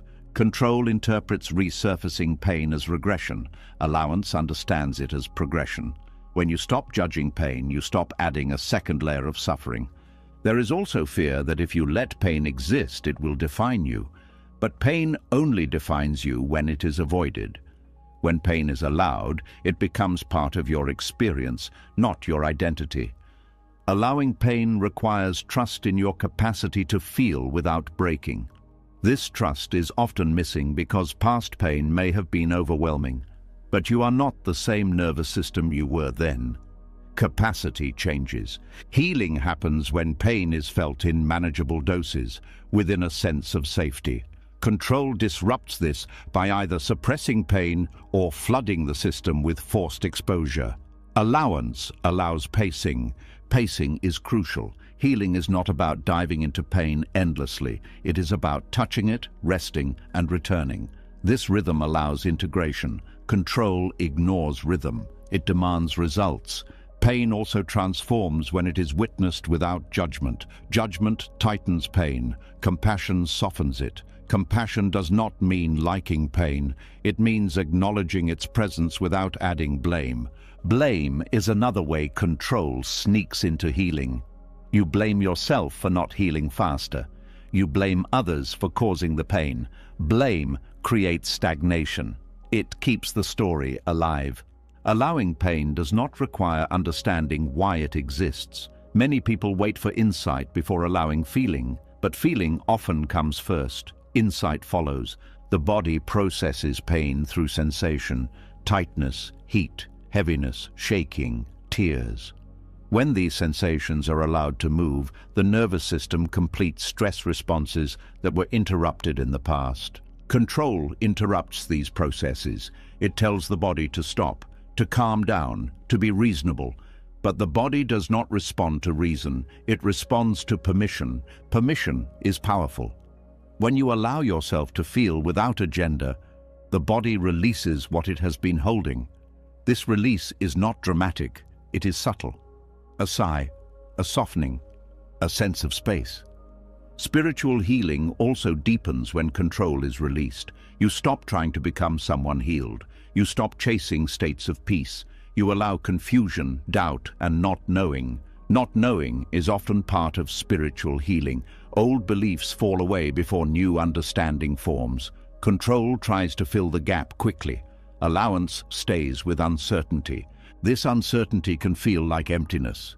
But as seen earlier, emptiness is not absence. It is openness. In healing, openness allows new meaning to arise organically rather than being imposed. Healing also involves grief. Grief for what was lost. Grief for who you were. Grief for what will never be. Control avoids grief by rushing forward. Allowance lets grief complete its cycle. Grief that is allowed transforms into tenderness. Grief that is avoided hardens into bitterness or despair. Tenderness reconnects you to life. Bitterness separates you from it. Letting go of control over healing also means releasing the need for closure. Some wounds do not resolve neatly. Some losses do not make sense. Healing does not require answers. It requires presence. Presence with pain builds resilience. Each time you allow pain without trying to escape, you teach your system that pain is survivable. This reduces fear. Reduced fear allows deeper healing. Healing is not about becoming pain-free. It is about becoming less afraid of pain. When fear decreases, pain loses its grip. Control also isolates healing. You feel like you should handle it alone. Allowance opens the door to support. Support does not heal you, but it provides safety for healing to occur. Healing is relational. Even inner healing happens in the context of connection, whether with another person, with your body, or with awareness itself. Control tries to manage healing in isolation. Allowance invites relationship. This invitation does not mean oversharing or dependency. It means letting yourself be seen where it feels safe. Being seen without judgment is deeply regulating. Letting go of control over healing also changes how you view time. You stop asking how long it will take. You stop setting deadlines for feeling better. This removes pressure. Pressure delays healing. It keeps the nervous system vigilant. Vigilance prevents integration. When pressure drops, the system can process. Healing often happens in quiet moments. Moments when you are not trying, when you are resting, when attention softens. Control rarely allows these moments. By allowing healing to unfold, you align with the body's intelligence. The body knows how to heal when not interfered with. This applies emotionally and spiritually as well. There may be moments when pain intensifies after you stop controlling it. This is not a sign of failure. It is often a sign that something long held is finally allowed to surface. Allowing does not mean drowning. It means staying present while sensations move. Grounding in breath, body, or environment provides stability. Healing transforms pain not by erasing it, but by integrating it. Integrated pain becomes wisdom. It informs boundaries. It deepens empathy. It clarifies values. Control tries to eliminate pain to return to who you were. Allowance allows pain to change who you are. This change is often what healing actually is. You may never return to the person you were before pain. This is not a loss. It is evolution. Control resists evolution. Allowance welcomes it. As healing unfolds without force, you begin to trust the process. Trust replaces urgency. Patience replaces pressure. Curiosity replaces judgment. This trust does not mean passivity. It means cooperation with your own nature. You listen, you respond, you rest, you engage when needed. Healing becomes less about fixing and more about relating. Relating to pain with honesty. Relating to yourself with kindness. Relating to life with openness. In this relationship, pain no longer feels like an enemy. It becomes a messenger, and when the message is received, pain often changes on its own. Letting go of control over healing does not remove difficulty. It removes the fight with difficulty. That fight was never healing you. It was keeping you stuck. When you stop forcing healing, healing begins to move. Quietly, unpredictably, gently, at its own pace. And in allowing pain rather than managing it, you discover something unexpected. Pain does not destroy you when met with presence. It transforms you. As pain is allowed instead of forced away, another truth quietly surfaces. Not all control comes from fear of the future. Some of it comes from the past, from losses that were never fully felt, from goodbyes that were rushed, from moments where survival demanded strength instead of sorrow. Control steps in where grief was not given space. There is a particular heaviness that comes from loss that was never processed. It does not always show up as sadness. Often, it disguises itself. It becomes rigidity. It becomes the need for certainty. It becomes planning everything in advance so nothing unexpected can hurt again. This is how control becomes a mask for grief. Grief is not only about death, it is about endings, the end of relationships, the end of dreams, the end of safety, the end of who you thought you would be. When these endings happen too quickly or too often, the nervous system may not have the capacity to feel them fully. So it adapts. That adaptation often looks like control. If you can prevent loss from happening again, you won't have to feel what you couldn't feel before. If you can anticipate every outcome, nothing will catch you off guard. If you can stay prepared, you won't be vulnerable. This strategy makes sense. It is protective, but it comes at a cost. Unmet grief does not disappear. It goes underground. It shapes behavior from the shadows. It tightens the body. It sharpens the mind. It creates a constant sense of vigilance. The person may not even know what they are guarding against. They just know they cannot relax. Control gives grief something to do. It turns sorrow into action. Instead of feeling loss, you organize, you plan, you manage, you become efficient. Efficiency is praised, grief is not. So control feels acceptable, grief feels dangerous. Many people learned early that grief was not welcome. There was no time, no space, no permission. They learned to stay strong. Strength became identity, control became survival, vulnerability became risk. This is why rigidity often increases after loss. The nervous system associates openness with danger. It closes ranks. It creates rules. It demands predictability. Any deviation feels threatening because it echoes past pain. Planning becomes compulsive when grief is unresolved, not because planning is bad, but because it is driven by fear. The future is mapped not out of creativity, but out of anxiety. Spontaneity feels unsafe. Uncertainty feels like loss repeating itself. Compulsive certainty is another expression of grief avoidance. When you insist on knowing, on clarity, on guarantees, you are trying to prevent the shock of loss.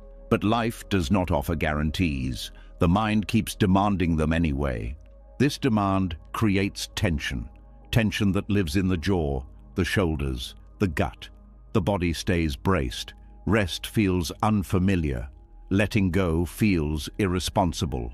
This is grief speaking through control. Grief also expresses itself as intolerance, intolerance of mistakes, intolerance of ambiguity, intolerance of others' unpredictability. These are not personality flaws. They are signs of a system that learned loss was unbearable. Unmet grief often creates impatience with others' emotions. When someone expresses sadness or confusion, it can trigger discomfort. Not because you lack empathy, but because their feelings touch something unprocessed in you. Control steps in to shut this down. Advice replaces listening. Fixing replaces presence. Certainty replaces compassion. This protects you from feeling, but it also blocks connection. Grief needs witnessing. When it is not witnessed, it looks for other outlets. Control is one of the most socially acceptable outlets. It earns praise, it looks competent, it hides vulnerability. But the cost is subtle and ongoing. Relationships feel tense, joy feels fragile. Relaxation feels earned rather than natural. There is always something to manage, something to prepare for, something to fix. Grief also affects how you relate to time. You may rush because you fear running out, or you may freeze because moving forward feels like betrayal of what was lost. Control oscillates between these extremes. Unresolved loss often creates a fear of repetition. You try to ensure that nothing similar ever happens again. But this fear limits life. You avoid risks. You avoid attachment. You avoid depth. Depth reminds you of loss. Control promises protection, but it also isolates. You may feel alone even when surrounded by people. Grief wants connection. Control blocks it. The mind often believes that if grief is allowed, it will overwhelm everything. This belief keeps grief contained. But grief, like pain, moves when allowed. It does not destroy, it softens. Allowing grief requires safety. Safety comes from slowing down, from presence, from compassion. Control creates busyness. Busyness avoids grief. When grief is finally given space, it often surprises people. It may not look how they expected. It may come in waves. It may come quietly. It may come as fatigue rather than tears. All of this is normal. Grief does not follow rules. It does not follow timelines. Control tries to impose structure on it. Allowance lets it unfold. Unmet grief also affects self-trust. You may not trust yourself to handle loss again, so you try to prevent it. This creates a belief that you are fragile. But this belief comes from not having experienced yourself surviving grief fully. When grief is allowed and integrated, self-trust grows. You learn that loss hurts, but it does not end you. This knowledge reduces the need for control. Grief also clarifies values. What you grieve points to what mattered. Control obscures this clarity by focusing on prevention rather than meaning. There is wisdom in grief. It deepens compassion. It refines priorities. It humanizes. Control sterilizes experience. Grief makes it real. Many people fear that if they stop controlling, grief will flood in. Sometimes it does, briefly. But floods recede. They leave the ground richer. Controlled ground stays dry but barren. Allowing grief does not mean dwelling in it. It means letting it complete its cycle. Suppressed grief repeats. Allowed grief transforms. Grief also needs ritual. Not necessarily formal rituals, but moments of acknowledgement, moments where loss is named, where tears are allowed, where memories are honored. Control often skips these moments. When grief is named, it becomes less heavy. When it is hidden, it grows weight. Control adds layers to this weight. There is also collective grief that goes unrecognized. Loss of safety, loss of innocence, loss of community. These losses shape behavior at a societal level. Control becomes normalized. Rigidity becomes policy. Certainty becomes ideology. On an individual level, noticing where control tightens can point you toward unacknowledged grief. Instead of asking, "How do I stop controlling?" a gentler question is, "What loss am I protecting myself from feeling?" This question opens space. Space for honesty, space for compassion, space for healing. Grief often needs gentleness, not solutions. It needs time, not timelines. It needs presence, not plans. When grief is met with acceptance, control softens naturally. There is less to defend against, less to manage, less to prevent. Rigidity loosens when sorrow is allowed to breathe. Planning becomes flexible when fear of loss diminishes. Certainty becomes curiosity when trust returns. Grief also reconnects you to others. Shared grief creates bonds. It reminds you that vulnerability is universal. Control isolates. Grief connects. This connection does not erase pain. It makes it bearable. It reminds you that you are not alone in loss. When grief is no longer hidden, life feels less brittle. You are less afraid of change, less afraid of endings, less afraid of feeling deeply. Control once felt like protection, but protection built on avoidance is fragile. Grief-integrated living is resilient. Resilience does not mean you won't be hurt again. It means you trust yourself to feel and recover. This trust reduces the need to armor up. As grief is allowed, something unexpected happens. Softness returns. Not weakness, softness, a willingness to be touched by life again. This softness allows joy to enter more fully. Joy and grief are not opposites, they coexist. Control blocks both. Unmet grief kept control alive. Met grief lets control rest. When grief is given space, rigidity loses its purpose. Planning becomes a tool, not a shield. Certainty becomes preference, not necessity. And in this shift, life feels more honest, more spacious, less managed, more lived. Grief does not ask you to collapse. It asks you to feel. And when you do, the need to control slowly releases its grip, not because you forced it, but because it is no longer needed. As grief is finally allowed to surface instead of being masked by rigidity, another pattern becomes visible. Control is no longer only about managing life or avoiding loss. Sometimes it turns inward. It becomes a way of managing yourself, your thoughts, your behavior, your body. And when this inner control is driven by shame, it quietly becomes a form of violence. There is a kind of discipline that looks admirable from the outside. It appears as self-control, restraint, high standards, and constant self-improvement. But beneath it, there is often a harsh voice that says, "You are not enough as you are." This voice does not motivate through encouragement. It motivates through fear. Shame-based self-control is not about growth. It is about correction. It assumes there is something fundamentally wrong that must be fixed, suppressed, or overcome. Every mistake becomes evidence. Every slip becomes a verdict. The body becomes an object to manage rather than a living system to care for. This form of control often begins early. Many people learned that love, safety, or belonging depended on performance. They were rewarded for being good, quiet, strong, or successful. Over time, this external pressure became internalized. The watcher moved inside. Self-control rooted in shame does not rest. It is always monitoring, always evaluating, always comparing who you are to who you think you should be. This constant surveillance creates tension. The nervous system stays activated because it is never allowed to relax into acceptance.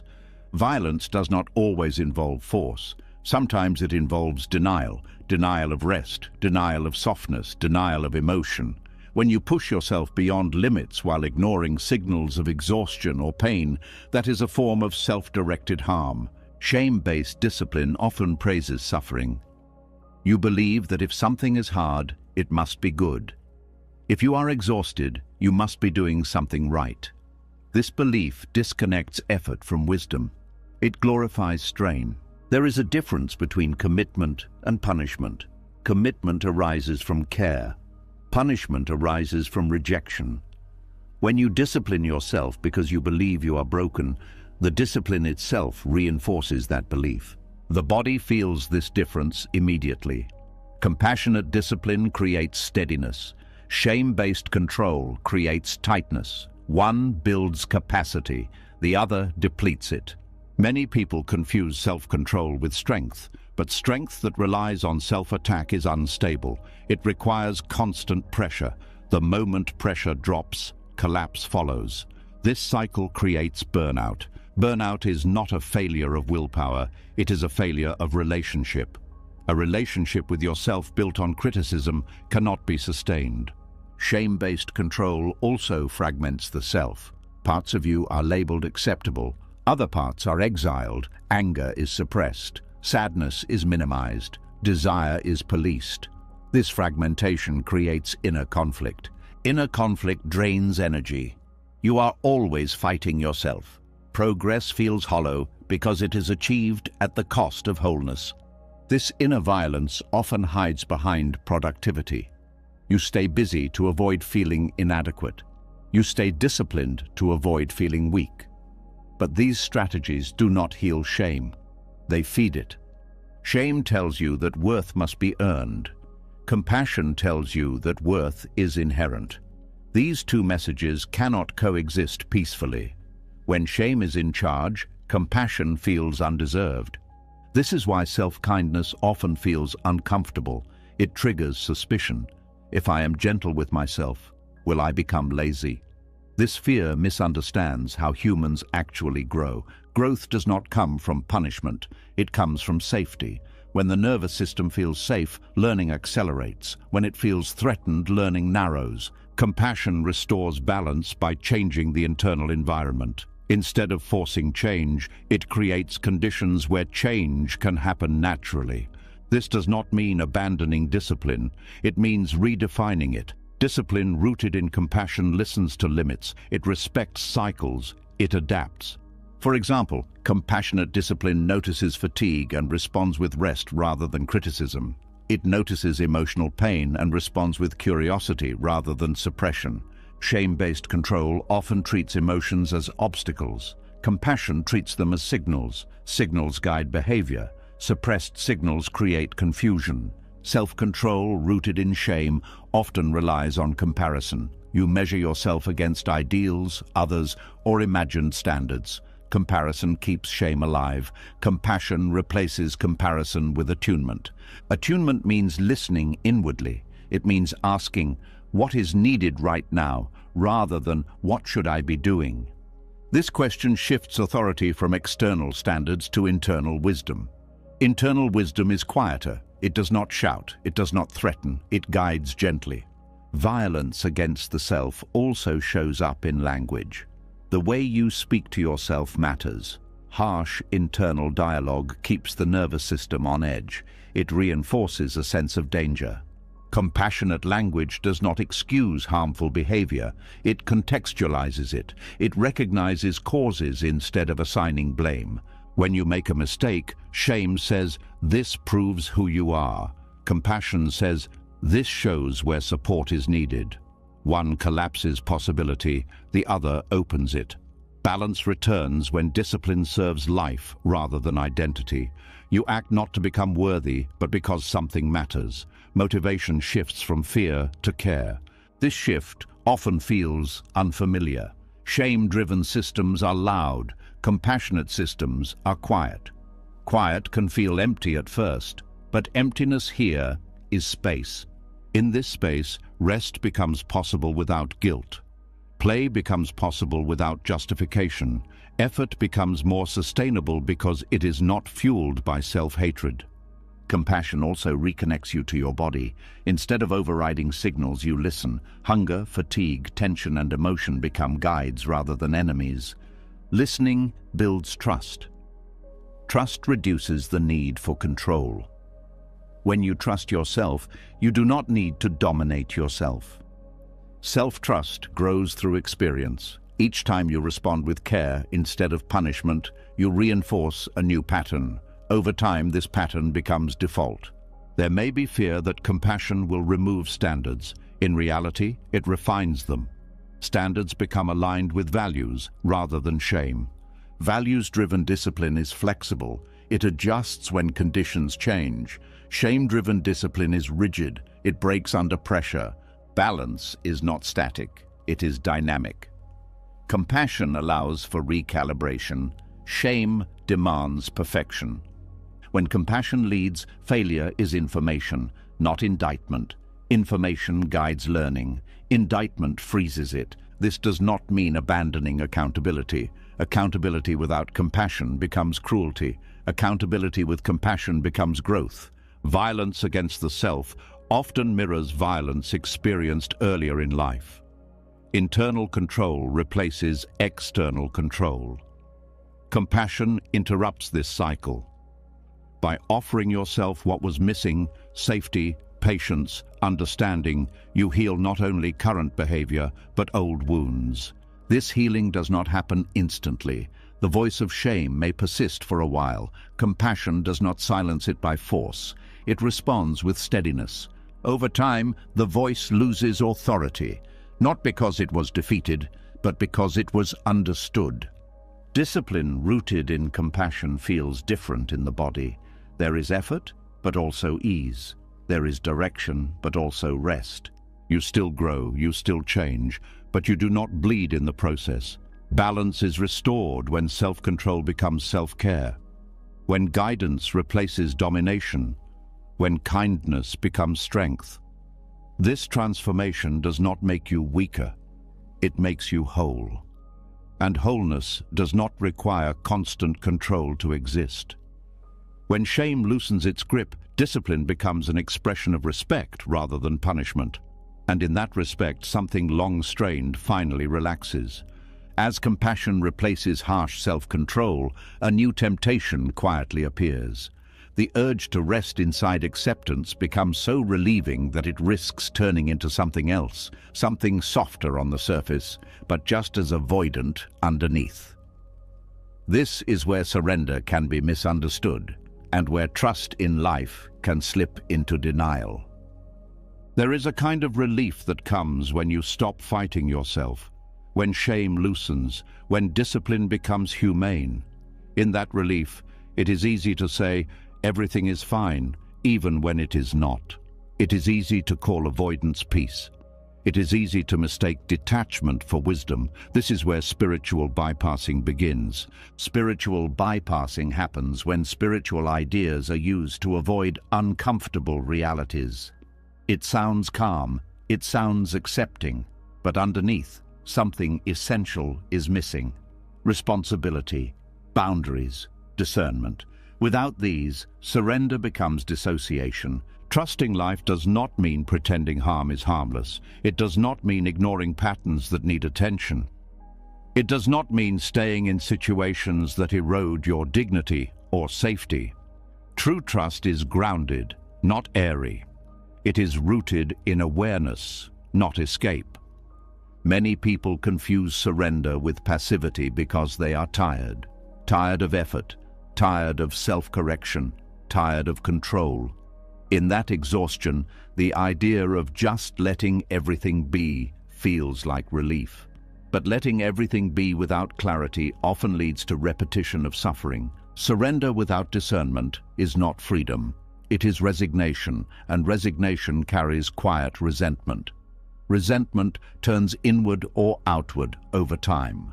It does not dissolve simply because it is dressed in spiritual language. Trusting life begins with seeing life clearly, not as ideal, not as benevolent in every moment, but as complex, capable of beauty and harm, growth and decay, wisdom and ignorance.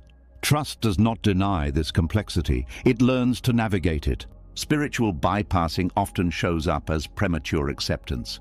You accept before you feel. You forgive before you grieve. You let go before you understand. This creates an emotional backlog.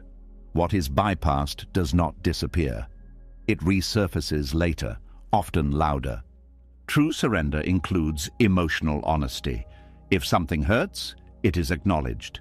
If something feels wrong, it is examined. Trust does not silence intuition. It sharpens it. Boundaries are often misunderstood as control, but boundaries are not about dominating others. They are about clarity of self. A boundary says, this is where I end and you begin. Without boundaries, trust becomes confusion. Trusting life does not require you to tolerate harm. It requires you to recognize what is happening without distortion. Sometimes the most trusting act is to step away, to say no, to protect what is vulnerable. Spiritual bypassing often discourages anger. Anger is labeled unspiritual, but anger is not the enemy. Unexamined anger is. Anger contains information about violation, injustice, and unmet needs. When anger is bypassed, those needs remain unmet. Trusting life means trusting your emotional signals, not acting them out impulsively, but listening to them. Discernment grows from listening, not suppressing. There is also a misconception that surrender means giving up effort. In reality, surrender changes the quality of effort. Effort becomes responsive instead of forceful. You act because something is needed, not because you are trying to control outcomes. Spiritual bypassing avoids responsibility by attributing everything to fate, karma, or divine will. While these ideas can offer perspective, they can also be used to avoid accountability. Responsibility grounds spirituality in lived reality. You are responsible for how you speak, how you act, how you repair harm. Surrender does not absolve you of this. It supports it by reducing defensiveness. When you trust life, you also trust cause and effect. Actions matter. Choices shape experience. Trust does not deny consequences. It works with them. Another sign of bypassing is the refusal to engage with complexity. Everything is reduced to simple explanations. Pain is minimized. Conflict is spiritualized away. This creates distance from real life. Trusting life means staying engaged even when things are messy. It means being willing to feel confused, to ask hard questions, to admit uncertainty. Certainty is often a refuge from fear. Trust can tolerate not knowing. Non-attachment is often misunderstood as non-involvement.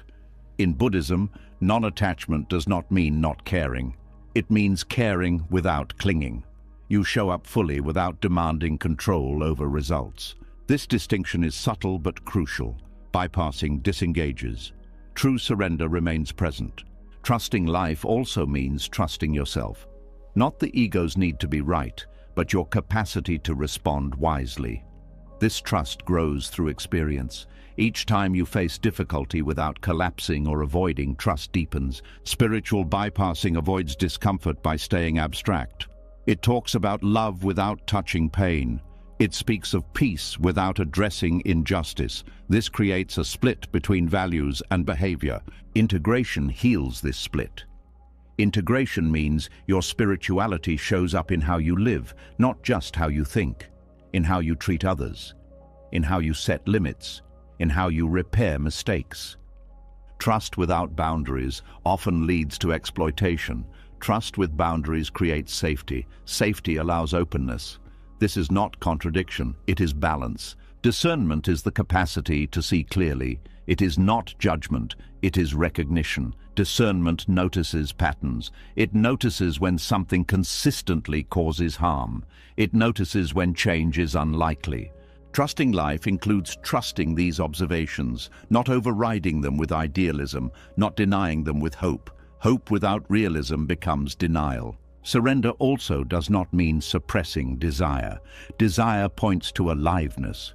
Problems arise when desire turns into grasping.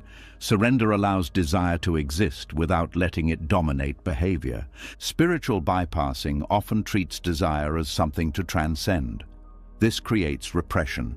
Repressed desire leaks out in unhealthy ways. Trust allows desire to be known without being obeyed blindly.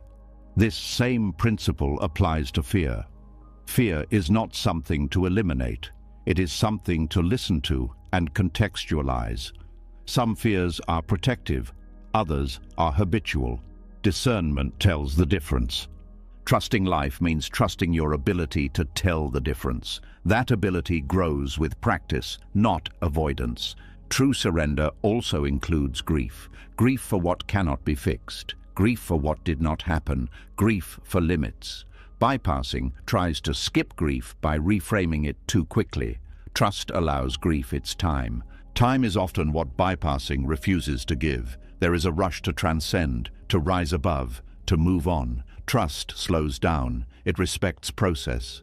Slowing down reveals truth. Truth is sometimes uncomfortable, but discomfort is not danger. Avoiding discomfort creates distortion. Trusting life also means trusting relationship, allowing feedback, being open to correction. Bypassing isolates by claiming higher understanding. Trust remains humble. Humility is essential here. Humility does not mean shrinking. It means acknowledging that perception is partial, that learning continues, that mistakes will happen. Surrender without humility becomes arrogance. Arrogance disconnects you from others and from reality. Trust reconnects. Spiritual bypassing often avoids conflict. Conflict is seen as unspiritual, but conflict handled with awareness can be transformative. Avoiding it leads to stagnation. Trusting life means trusting that conflict can be navigated without destruction. It means engaging honestly while staying regulated. This regulation comes from embodiment.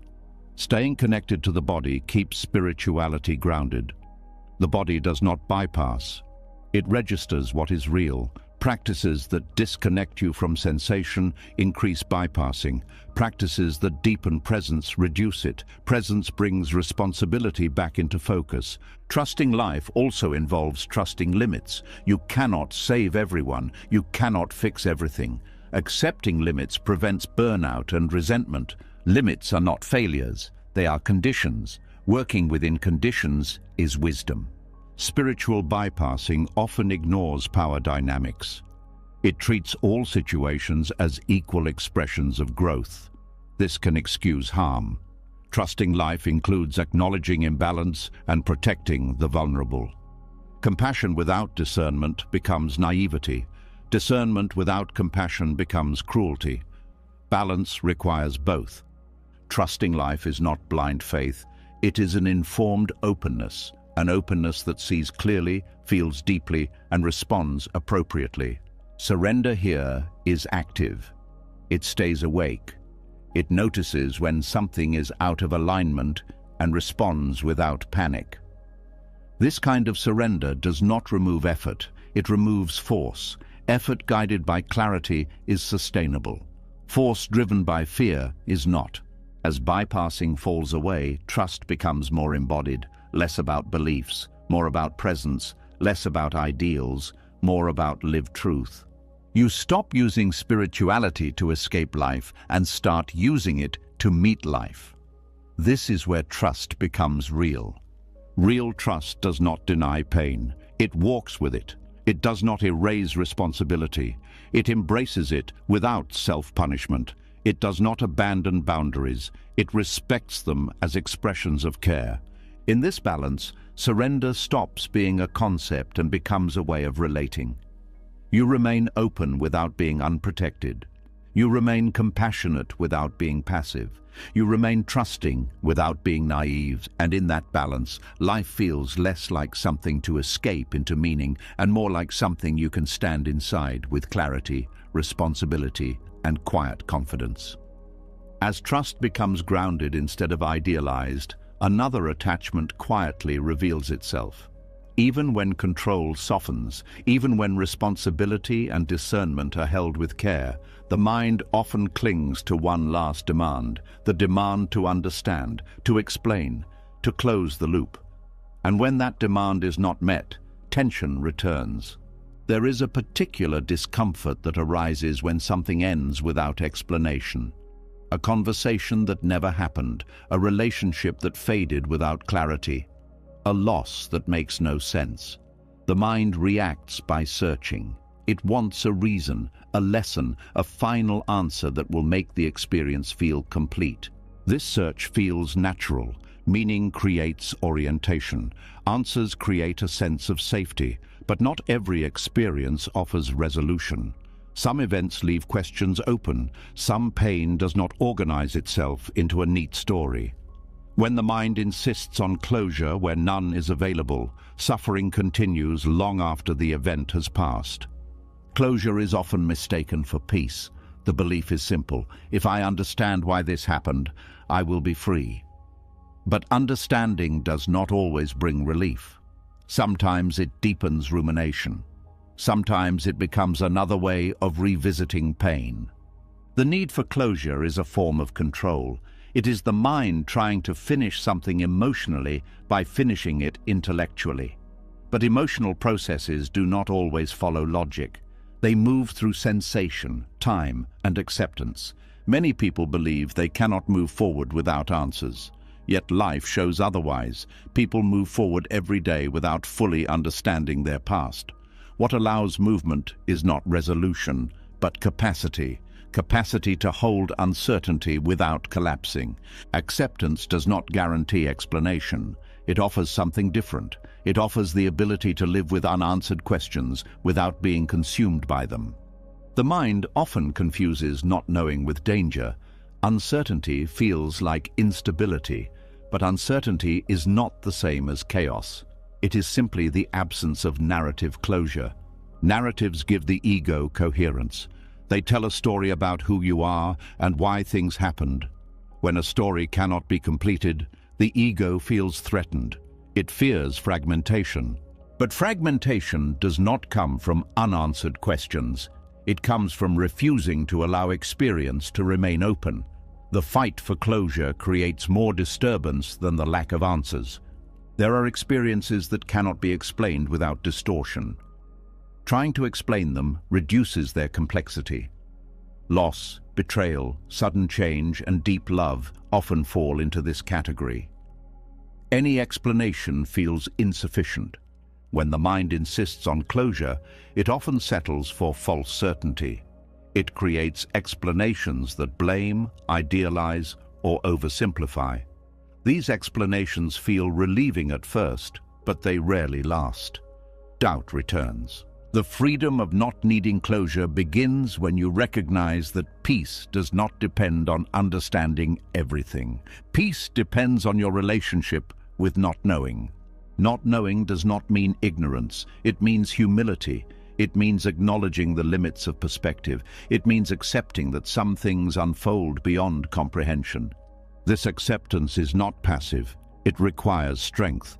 The strength to stay present without filling gaps prematurely. The strength to feel without explanation. The body often processes experiences faster than the mind. You may notice that even without answers, your body slowly settles. Sleep improves. Breath deepens. Moments of ease appear. This is healing without closure. The mind may protest this. It says, "But I still don't understand." Understanding is not the same as integration. Integration happens when experience is allowed to settle into the system without being constantly interrogated. Interrogation keeps the nervous system alert. Alertness prevents rest. Rest allows integration. Integration reduces suffering. Many people chase closure because they believe it will prevent future pain. If I understand this, it won't happen again. But life does not offer that guarantee. Even fully understood pain can repeat. What changes is how you meet it. Not needing closure builds resilience. Resilience does not come from certainty. It comes from adaptability.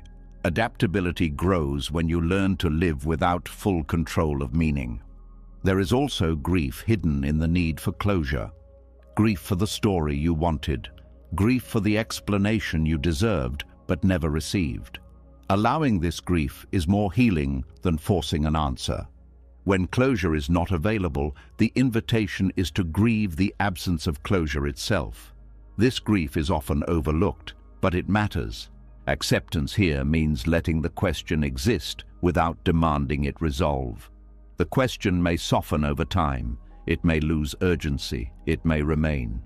None of these outcomes require force. The mind often worries that without closure, life will feel incomplete. But life is always incomplete. It is ongoing. Closure is a mental preference, not a requirement for living. In Buddhism, clinging to views is a source of suffering. Views include explanations, beliefs, and conclusions about experience. Letting go of the need for closure is letting go of a view. This does not mean rejecting meaning altogether. It means allowing meaning to be provisional, flexible, open to change. Sometimes understanding comes years later. Sometimes it never comes. Sometimes the understanding that comes is different from what you expected. Acceptance allows this variability. Peace without resolution feels different. It is quieter. It does not provide a sense of triumph. It feels like less effort, less mental noise, less revisiting. This peace often arrives gradually. You notice you think about the event less. When you do think about it, it hurts less. Not because you solved it, but because you stopped fighting its unsolved nature. Not needing closure also changes how you relate to others. You stop demanding explanations they cannot give. You stop waiting for apologies that may never come. This does not excuse harm. It frees you from waiting. Waiting for closure from others gives them power over your peace. Releasing that need returns power to you. This does not mean suppressing the desire for answers. It means acknowledging the desire without obeying it. Desire can exist without being satisfied. When the desire for closure is seen clearly, it loosens. You see it as a habit of mind rather than a necessity. The mind learns that it can tolerate unresolved questions. This tolerance reduces anxiety. Anxiety thrives on the belief that uncertainty is unbearable. Tolerance of uncertainty is a mature capacity. It develops through practice. Each time you allow a question to remain open without spinning stories, capacity grows. This practice also deepens presence. Without the pull of explanation, attention returns to what is happening now. The present moment does not require closure. It requires contact. Contact with life, as it is, brings vitality. Vitality does not depend on understanding the past or predicting the future. It arises from engagement with now. Not needing closure also allows forgiveness without reconciliation. You can release bitterness without restoring relationship. This protects boundaries while freeing the heart. Forgiveness here is not a moral act, it is a release of fixation. Fixation keeps pain active. Release allows it to settle. Some people fear that without closure, they will forget important lessons. But lessons that matter integrate without effort. They show up in behavior, not in explanations. You do not need to remember every detail of pain to avoid repeating it. The body remembers. Awareness remembers. Closure often promises finality. Life offers continuity. Continuity means experiences blend into each other. They inform, but do not dominate. When you stop demanding closure, you allow experience to take its place in the larger flow of life. It becomes part of you without defining you. This does not mean indifference. You may still care deeply. You may still feel sadness, but the edge softens, the grip loosens. Peace without resolution feels like standing on open ground. There is no wall behind you, no neat ending, just space. At first, space can feel exposed. Over time, it feels liberating. There is room to move, room to breathe, room to live without constantly looking backward. The mind may still ask questions from time to time. That is natural.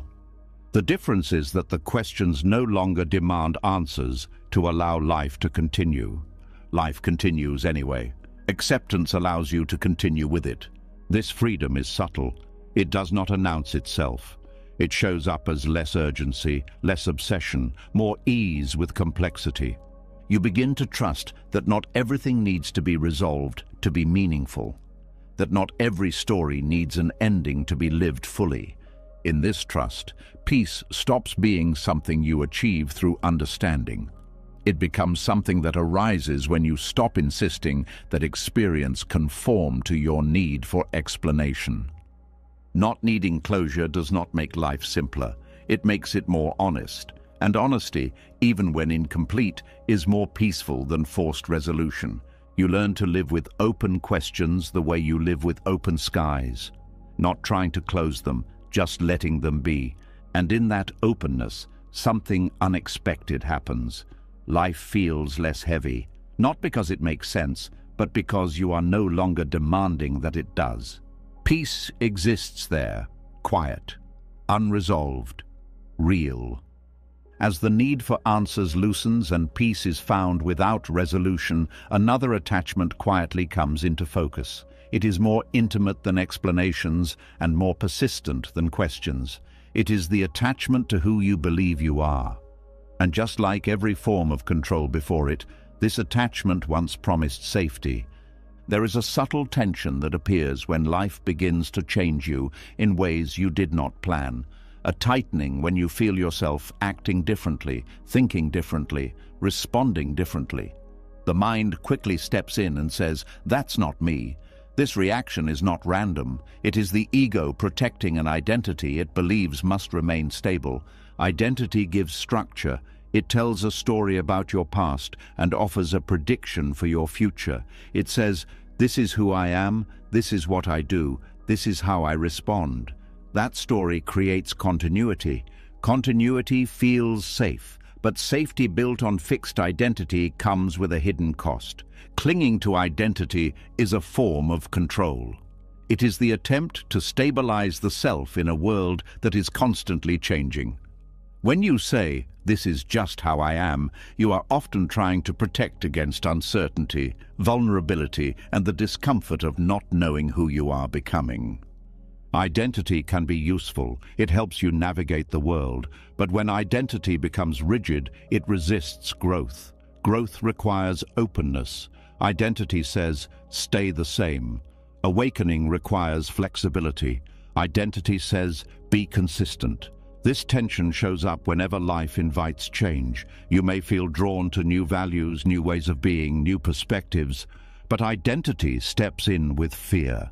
If I change, who will I be? This fear keeps you loyal to an outdated version of yourself. Attachment to identity often masquerades as authenticity.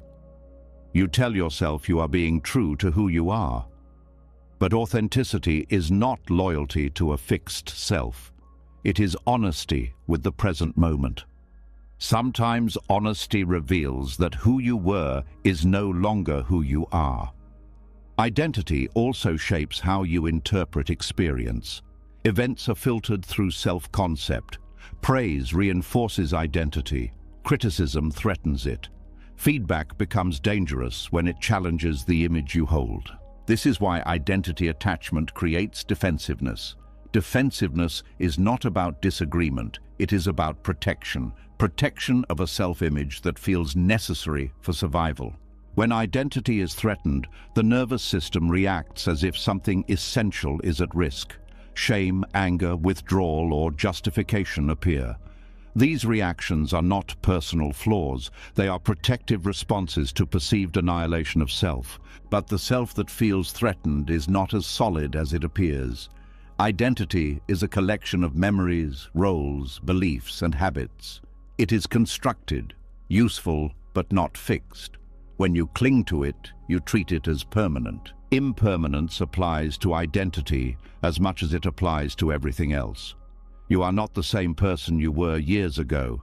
You will not be the same person years from now. Trying to freeze identity creates inner conflict. This conflict often shows up as resistance to learning. Learning requires admitting you don't know. Identity often insists you already do. This blocks curiosity. It also shows up as resistance to vulnerability. Vulnerability requires not knowing how you will be seen. Identity wants control over perception. Identity attachment also limits awakening. Awakening is not adding something to who you are. It is loosening the grip on who you think you must be. When identity is defended at all costs, awakening feels threatening rather than liberating. Many people approach spiritual growth by trying to become a better version of their identity, more peaceful, more wise, more spiritual, but this approach keeps identity at the center. It subtly reinforces control. True transformation often feels like loss before it feels like gain. You lose certainty. You lose familiar narratives. You lose the comfort of knowing how to describe yourself. Identity resists this loss. This resistance can look like clinging to labels. Labels about personality, history, trauma, spirituality, or beliefs. Labels can offer understanding, but they can also become cages.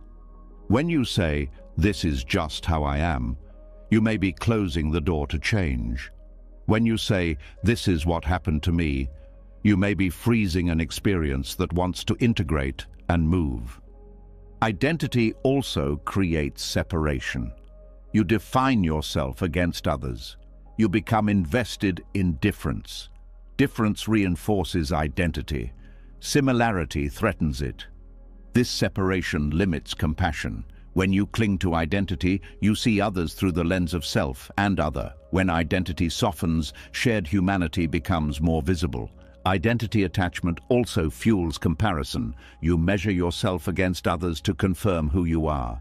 Comparison keeps the ego active. It distracts from presence. Presence does not require identity. In presence, there is experience without commentary, sensation, emotion, awareness.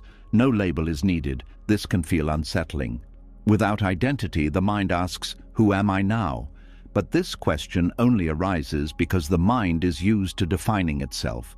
Awareness does not need definition to exist. Buddhist teachings often point to non-self not as a philosophical position, but as a lived experience. When you look closely, you cannot find a fixed self. There are thoughts, feelings, perceptions, but no permanent owner. This realization does not erase personality or function. It removes the rigidity around them. You still respond, but you are not trapped by a story. When identity loosens, growth becomes less threatening. You are not betraying yourself by changing. You are responding to life. Uncertainty becomes more tolerable because you are no longer trying to protect an image. You can say, "I don't know," without feeling diminished. This openness allows learning to resume. Curiosity replaces defense. You listen more. You adapt. Identity attachment often keeps people stuck in roles long after they stop serving. The strong one, the responsible one, the broken one, the healer, the victim. Roles that once helped can become burdens. Letting go of these roles can feel like losing purpose. But purpose does not disappear, it evolves. Identity also influences how you relate to pain. You may identify as someone who is wounded, resilient, or healed. These identities shape how you interpret experience. They can either open or close possibilities. When pain arises, identity may say, "This shouldn't be happening to me anymore." This creates resistance. Resistance prolongs suffering. Without rigid identity, pain is just pain. It does not threaten who you are. It passes more easily. Attachment to identity also affects decision-making. You choose options that fit your self-image rather than what feels true. This creates misalignment. Misalignment creates discomfort. Discomfort signals the need for change. Identity resists this signal. Letting go of identity does not mean becoming nothing. It means becoming responsive. You are shaped by each moment rather than confined by a past description. This responsiveness feels alive. It allows surprise. It allows growth without self-betrayal. The fear beneath identity attachment is fear of disappearance. Fear that without a defined self, you will not exist. But experience shows otherwise. Awareness remains even when identity shifts.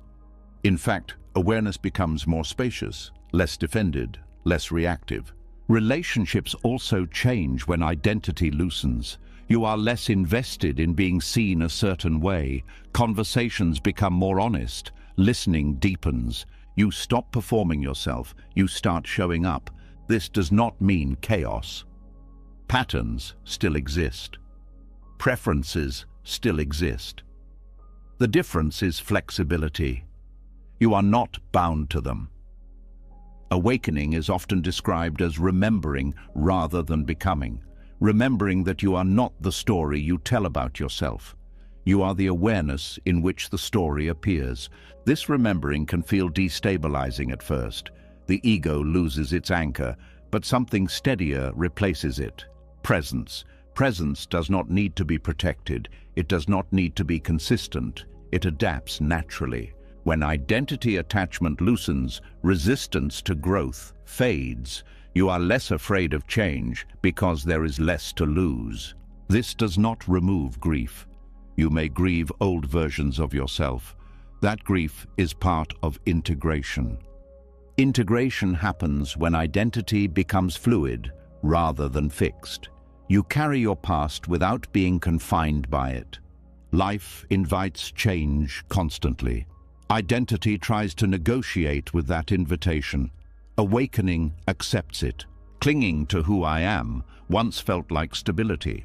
Letting go reveals a deeper stability, one that does not depend on staying the same.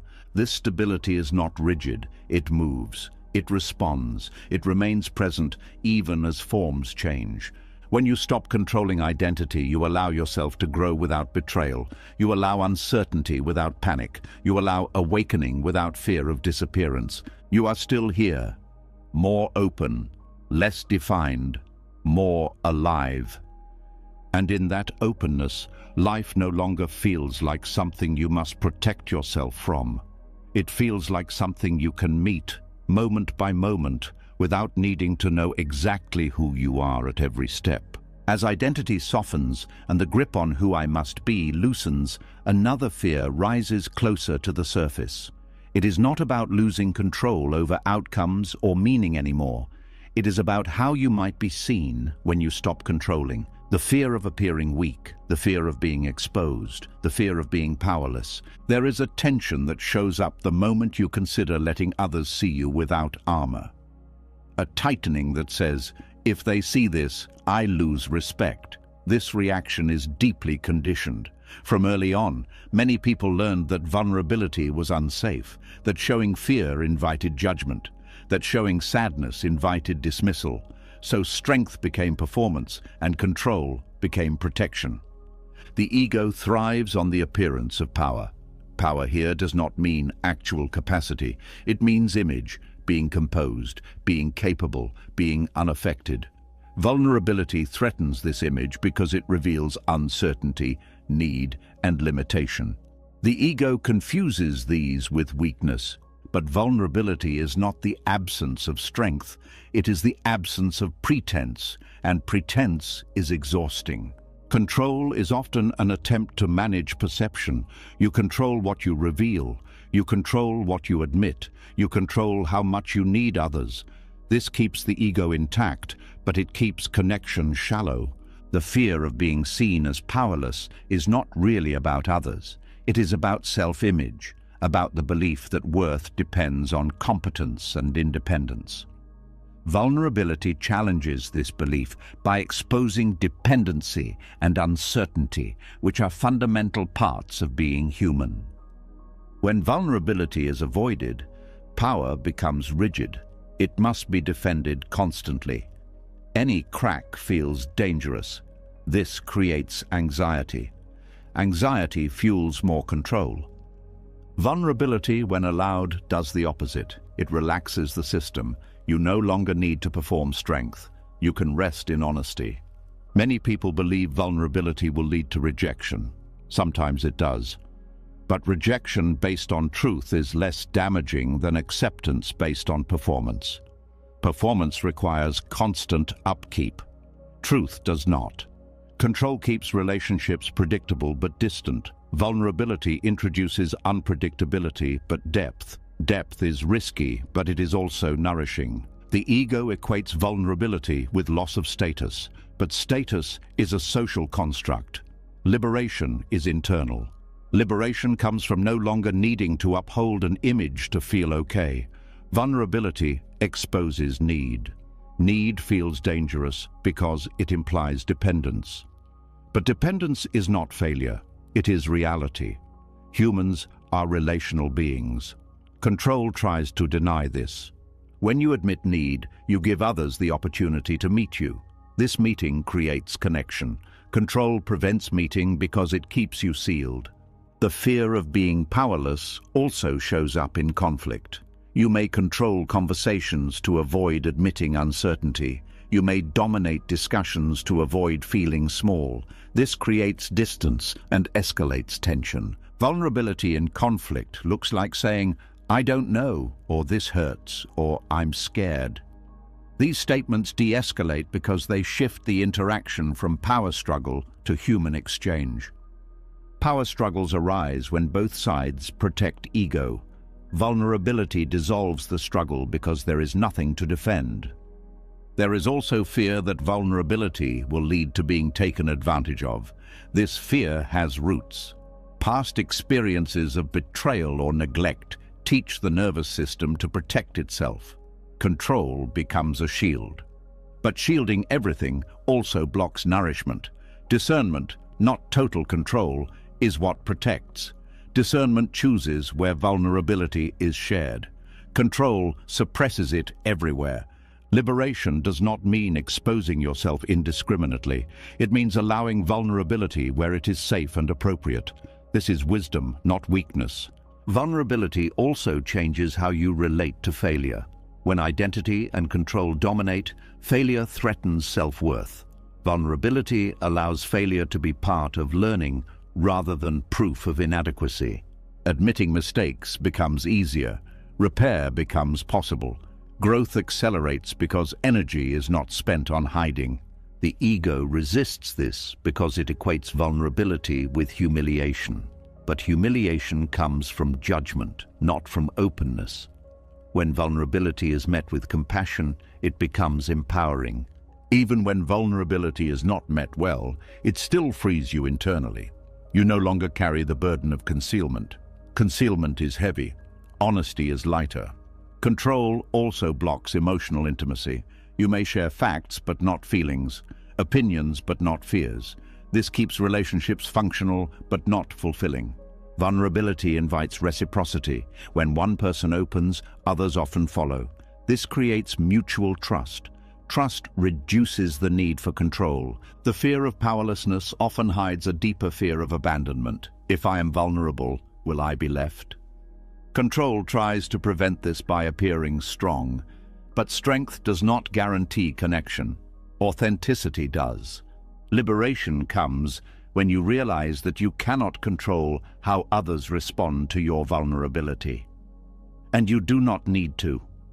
Your freedom does not depend on their approval. When you allow yourself to be seen as you are, you reclaim energy.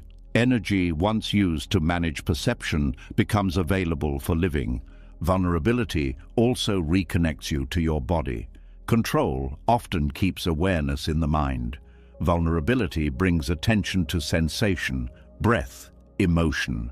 This embodiment grounds you.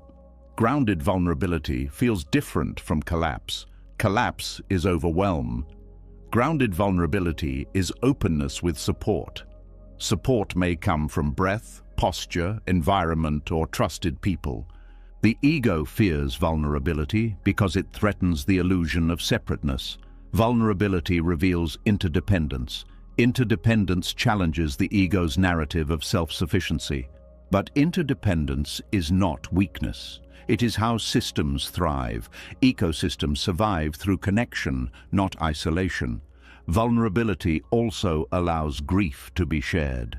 Shared grief is less heavy. Control isolates grief.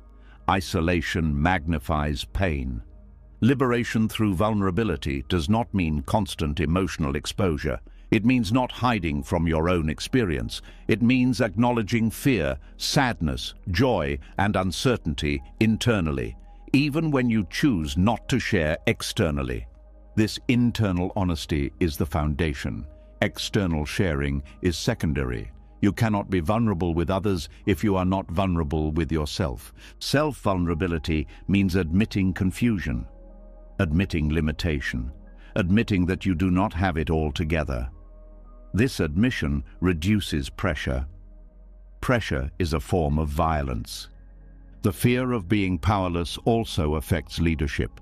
Many leaders control to avoid appearing uncertain. This creates rigidity. Leaders who allow vulnerability create trust. Trust improves cooperation. This applies in families, workplaces, and communities. Vulnerability humanizes authority. Control dehumanizes it. Liberation is not about losing power, it is about redefining power.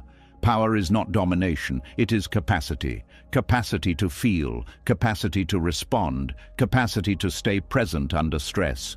Vulnerability expands capacity. Control constricts it. When you allow yourself to be vulnerable, you discover that you survive exposure. The nervous system learns that openness is not fatal. This learning reduces fear over time.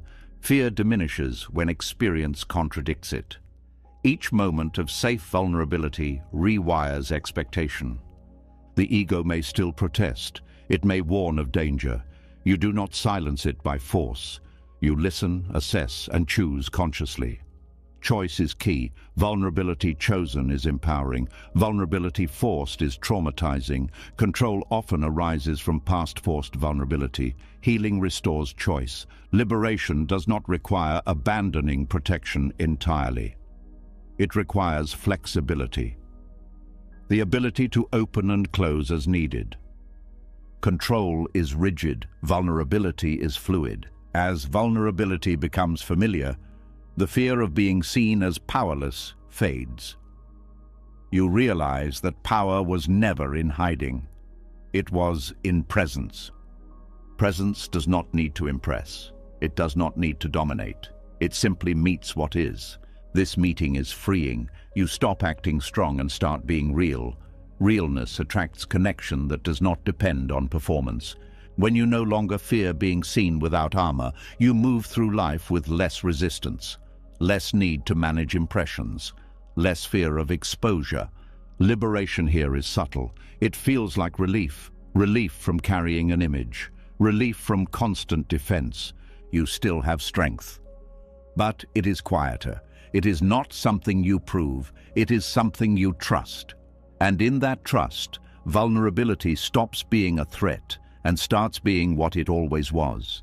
A doorway into connection, authenticity, and freedom from the exhausting need to control how you are seen. As the fear of being seen without armor begins to fade, a deeper unease quietly takes its place. It is not about exposure anymore. It is about not knowing. Not knowing what will happen, not knowing who you are becoming, not knowing what the next step should be. And for a mind trained to equate certainty with safety, this can feel like standing on open ground with no map. There is a subtle panic that arises when answers fall away. A reflex to reach for conclusions, beliefs, plans, or identities to regain footing. This reflex is understandable. From an early age, knowing was rewarded. Having answers meant competence, not knowing meant weakness. Over time, uncertainty became something to escape rather than something to inhabit. Yet Buddhist practice points to a counterintuitive truth. Not knowing is not a gap to be filled. It is a space to rest in, and learning to rest there is not regression, it is maturity. Uncertainty is often mistaken for confusion, but confusion is agitation. Uncertainty is openness. Confusion says something is wrong. Uncertainty says something is unfolding. One tightens the body, the other softens it. The ego resists uncertainty because it cannot control it. Certainty gives the ego structure. It tells a story about cause and effect, about right and wrong, about where things are headed. Uncertainty dissolves that structure. The ego fears dissolution, but awareness does not fear uncertainty. Awareness is spacious enough to hold it. When you stop trying to resolve not knowing, awareness becomes more present, more grounded, more alive. Many people believe that spiritual growth means accumulating insight, more understanding, more clarity, more certainty. But in Buddhist teachings, wisdom often looks like the opposite. It looks like the willingness to stay with questions without rushing to answers. This willingness is not passive. It is deeply attentive. It requires staying present with discomfort. It requires trust in experience rather than belief. It requires patience. Patience here is not waiting for certainty to arrive. It is allowing uncertainty to be as it is. This allowance changes your relationship to life. When you allow uncertainty, you stop treating it as an emergency. The nervous system begins to settle. You realize that not knowing does not mean danger. It means openness. Openness allows learning. Certainty often blocks it. When you think you already know, curiosity shuts down. When you admit you don't, curiosity awakens. Curiosity is gentle. It does not demand. It explores. It notices. It listens. This quality is central to Buddhist practice. Allowing uncertainty also reduces mental violence. The mind often attacks itself for not knowing. I should have figured this out by now. I should be further along. These judgments create suffering. When you allow not knowing, you stop punishing yourself for being human. You recognize that growth is not linear and clarity does not arrive on command. Uncertainty also reveals impermanence in real time. Plans change, insights shift. What felt true yesterday feels incomplete today. Allowing uncertainty means allowing this movement without clinging. Clinging to certainty creates rigidity. Rigidity creates fear of change. Fear of change fuels control. Allowing uncertainty breaks this cycle. The practice of allowing uncertainty often begins in small moments. You notice the urge to decide prematurely, to label an experience, to conclude what it means. Instead, you pause. This pause is powerful. It interrupts habitual patterns. It creates space between stimulus and response. In that space, wisdom can emerge. Wisdom here is not a thought. It is a felt sense, a knowing that arises from presence rather than analysis. Not knowing also humbles the mind. Humility is not self-diminishment. It is accurate self-perception. It acknowledges the limits of perspective. This humility reduces arrogance and defensiveness. You become more open to others' views, less attached to being right, more interested in understanding. Allowing uncertainty also deepens compassion. When you accept your own not knowing, you become more patient with others. You stop expecting people to have everything figured out. This patience improves relationships. Conversations become explorations rather than debates. Listening becomes more genuine. The fear behind uncertainty is often the fear of making mistakes. If I don't know, I might choose wrong, but mistakes are part of learning. Avoiding mistakes through over-certainty limits growth. Allowing uncertainty means accepting the possibility of error without self-condemnation. This acceptance builds resilience.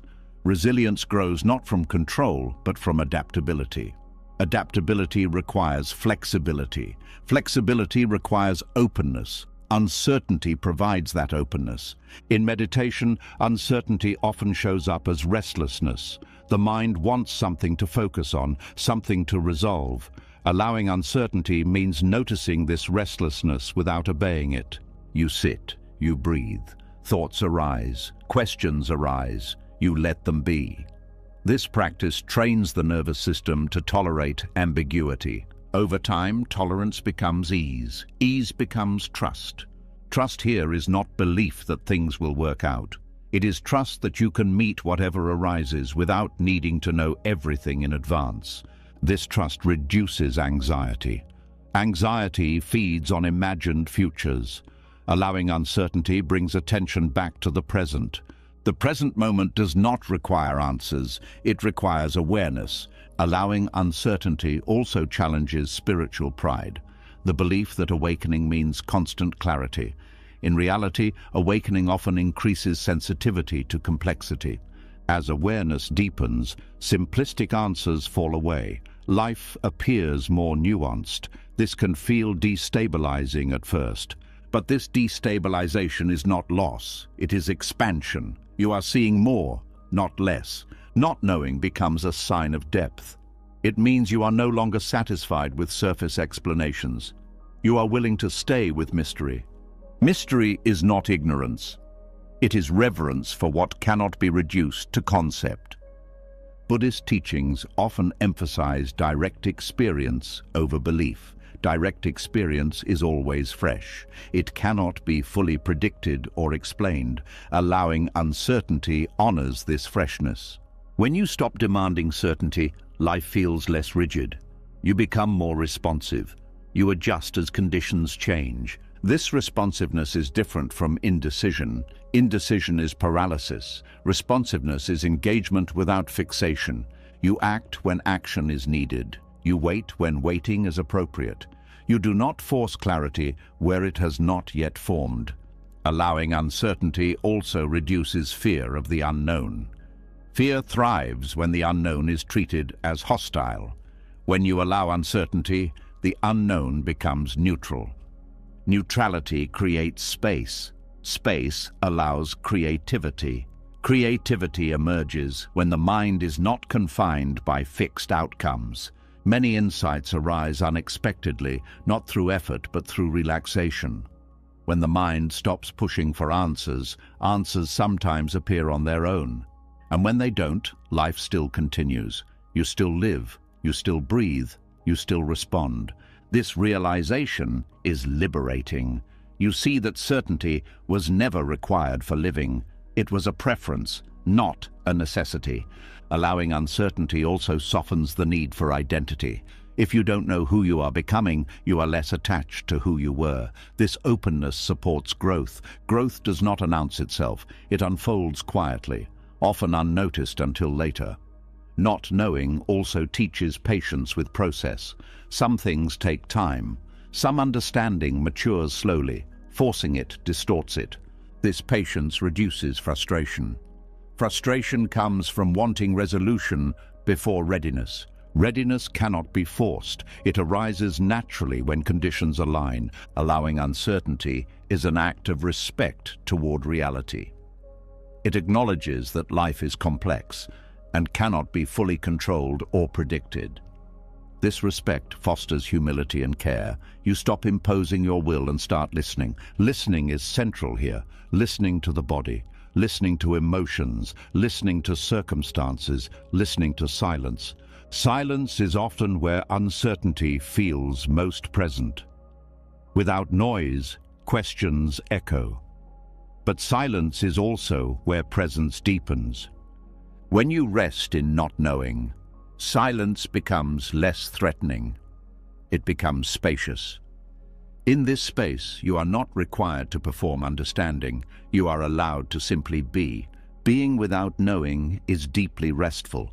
It releases the constant pressure to figure things out. This rest does not make you passive. It makes you attentive. Attentiveness without agenda is powerful. It allows you to notice subtle shifts. It allows intuition to emerge. Intuition is not certainty, it is sensitivity.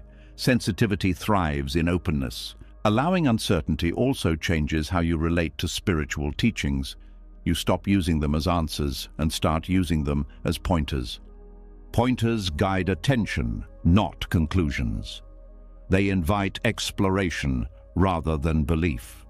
This exploration keeps practice alive.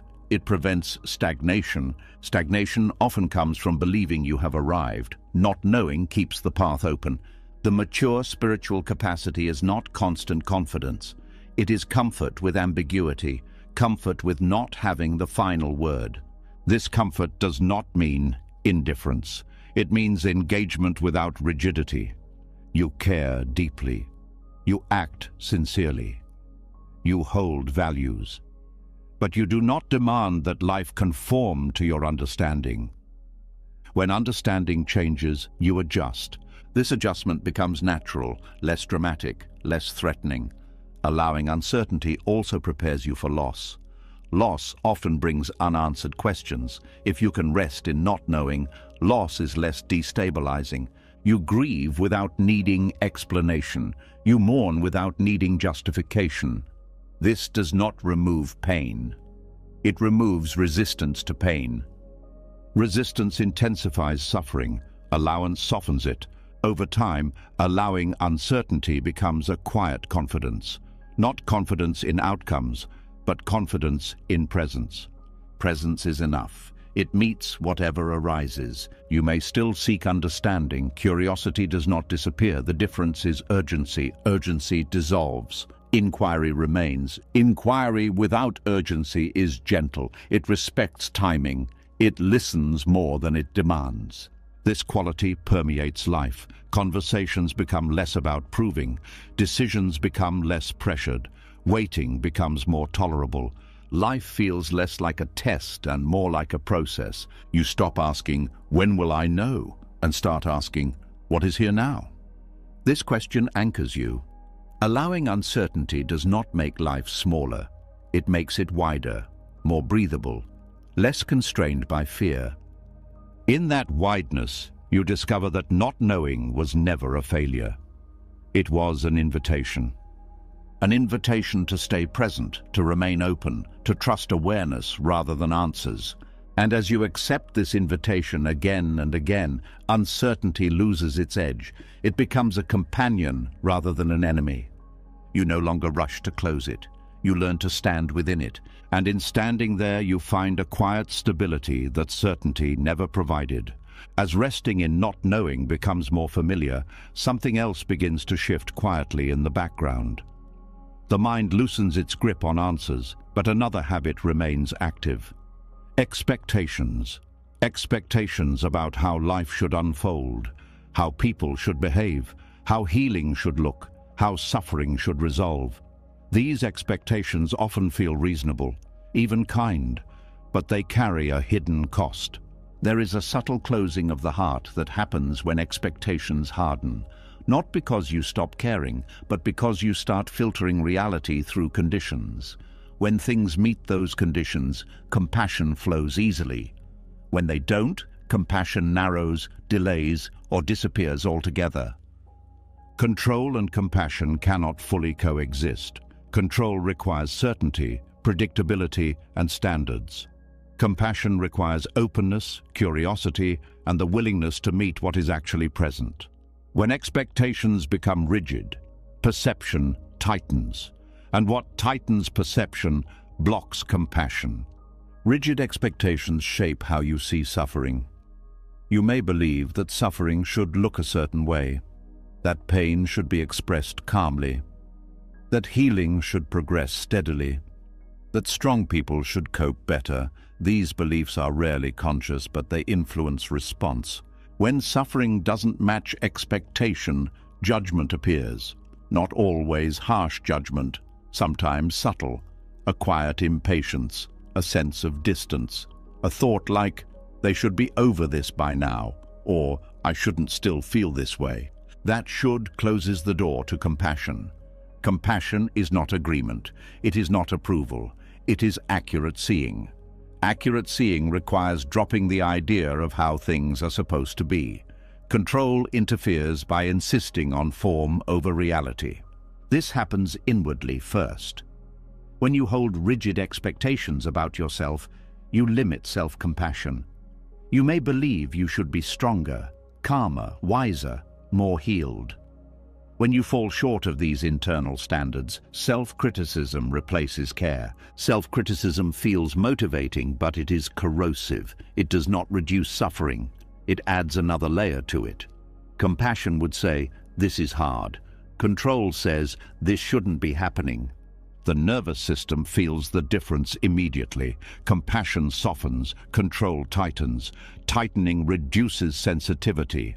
Reduced sensitivity makes it harder to perceive suffering accurately. This misperception extends to others. When you expect people to behave according to your standards, you stop seeing the conditions shaping their behavior. You see choice where there may be capacity limits. You see intention where there may be fear. Compassion depends on context. Control strips context away. It reduces complex human experience to right and wrong, progress and failure, strength and weakness.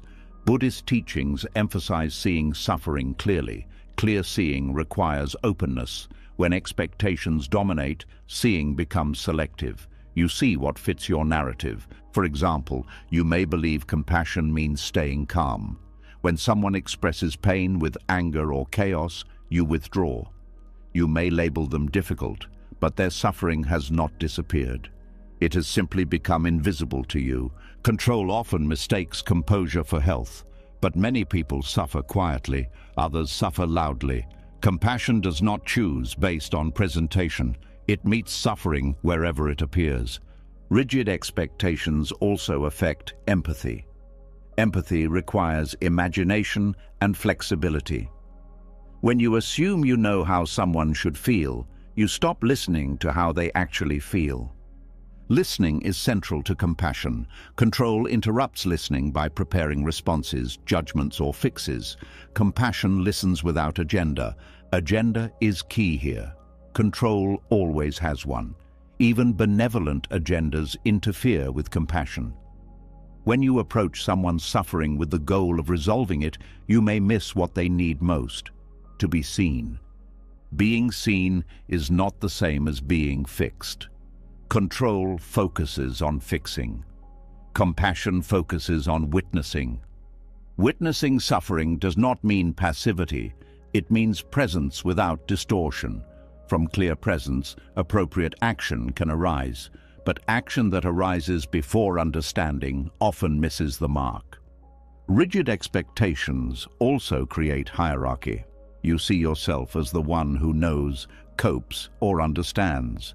Others become examples of what not to be. This hierarchy blocks mutual compassion. Compassion thrives in equality. Equality does not mean sameness. It means recognizing shared vulnerability. Control denies shared vulnerability by insisting on roles. Roles like helper, strong one, healed one, leader. These roles distance you from others' pain. They also distance you from your own. When you cling to the role of the one who has it together, your own suffering becomes unacceptable. You hide it. Compassion towards self diminishes. Compassion towards others becomes conditional. Control also narrows time. You expect suffering to resolve on a schedule. When it doesn't, frustration arises. Frustration is often misdirected at the person who is suffering, but suffering does not follow timelines. Grief, trauma, confusion, and fear move in cycles. Compassion understands this. Control resists it. Resistance shows up as impatience. Impatience communicates withdrawal. It says, "You are taking too long." This message, even when unspoken, deepens suffering. Compassion says, "There is no deadline for pain." This difference matters. When people feel rushed to heal, they often hide pain rather than resolve it. Control creates performance. Compassion creates safety. Safety allows honesty. Honesty allows healing. Rigid expectations also shape moral judgment. You may believe people should know better, choose better, act better. While accountability matters, compassion requires understanding capacity. Capacity varies based on nervous system regulation, history, resources, and support.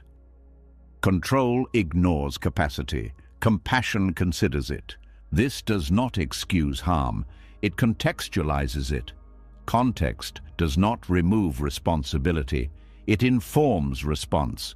Without context, responses become punitive. Punitive responses may satisfy a sense of control, but they rarely reduce suffering. They often increase it.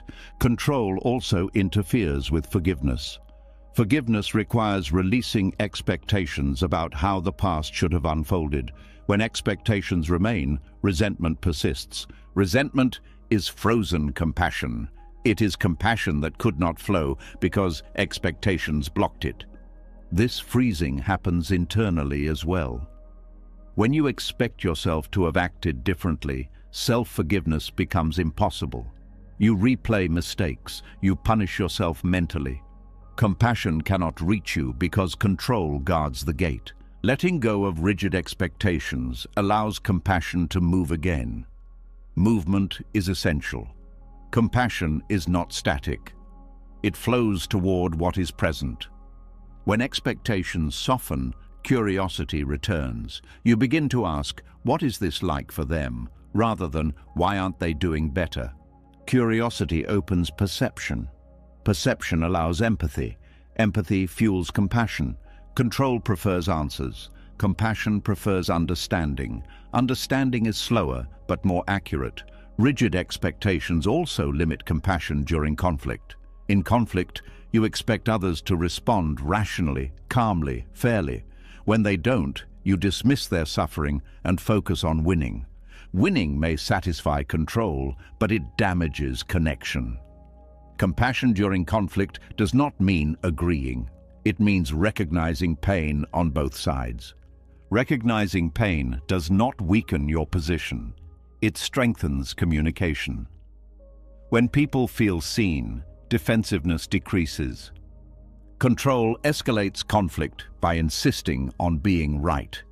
Compassion de-escalates by acknowledging impact. This does not mean abandoning boundaries. Boundaries can coexist with compassion. What blocks compassion is not boundaries, but judgment. Judgment simplifies. Compassion complicates. It allows multiple truths to exist at once. Control prefers simplicity. It wants clean narratives. Compassion tolerates messiness. Messiness includes contradictions. Someone can cause harm and suffer deeply. Someone can be responsible and overwhelmed. Someone can be strong and hurting. Rigid expectations cannot hold these contradictions. Compassion can. Compassion also requires vulnerability. To see suffering clearly, you must allow yourself to feel it. Control avoids feeling by staying analytical. Analysis can be useful, but when it replaces feeling, it blocks compassion. Compassion requires resonance. Resonance happens in the body.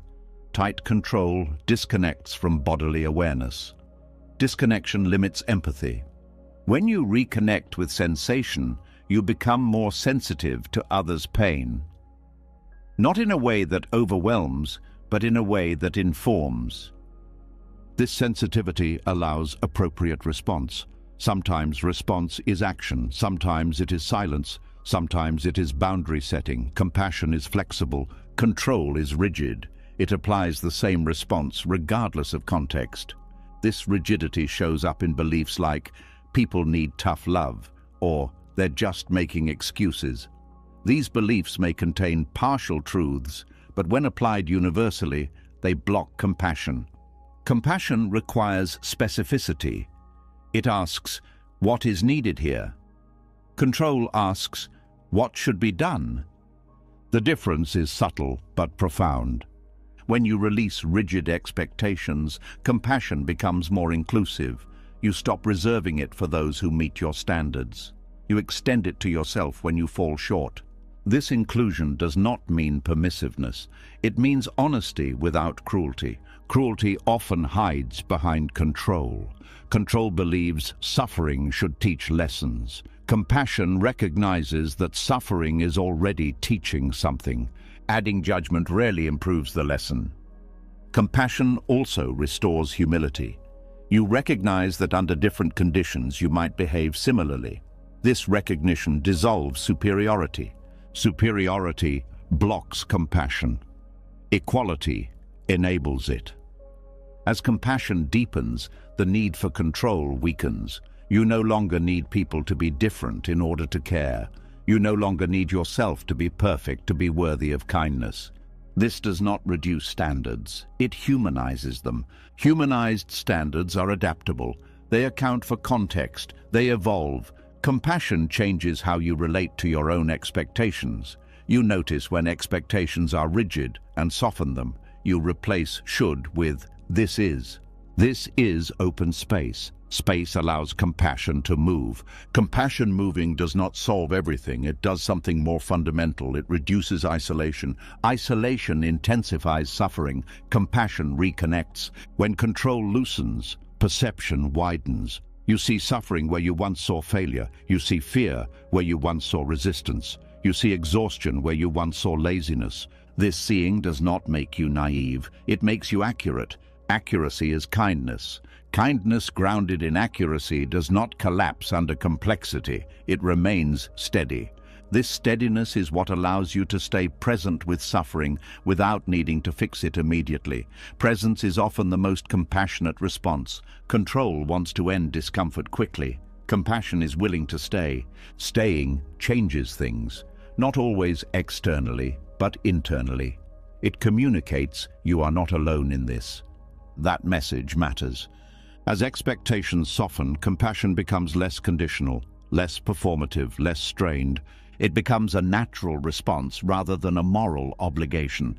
And when compassion flows freely, something else happens. Your own suffering becomes easier to meet. You stop fighting it. You stop demanding it resolve on schedule.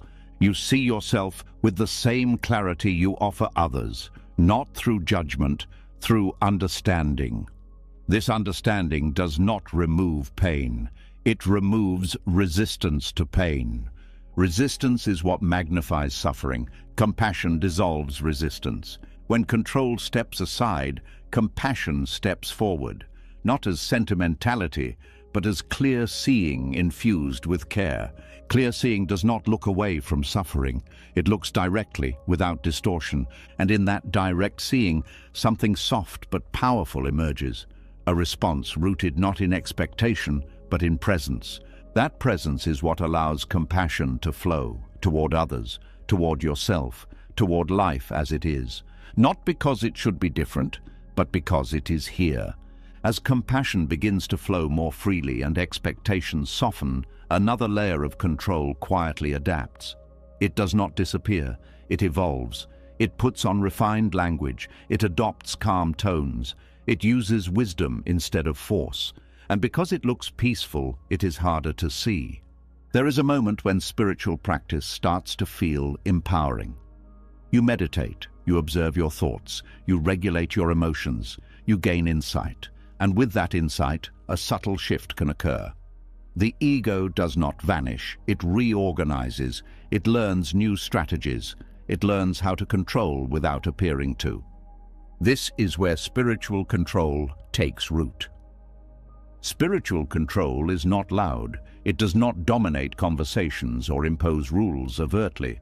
It shows up as certainty, as composure, as quiet superiority. It says, I am beyond this, or I don't get affected like others do, or I see things more clearly now. These statements may sound harmless, even true, but when they become identity, they create distance. The ego loves improvement. It loves hierarchy. When spirituality becomes a ladder, the ego climbs it. Meditation becomes proof.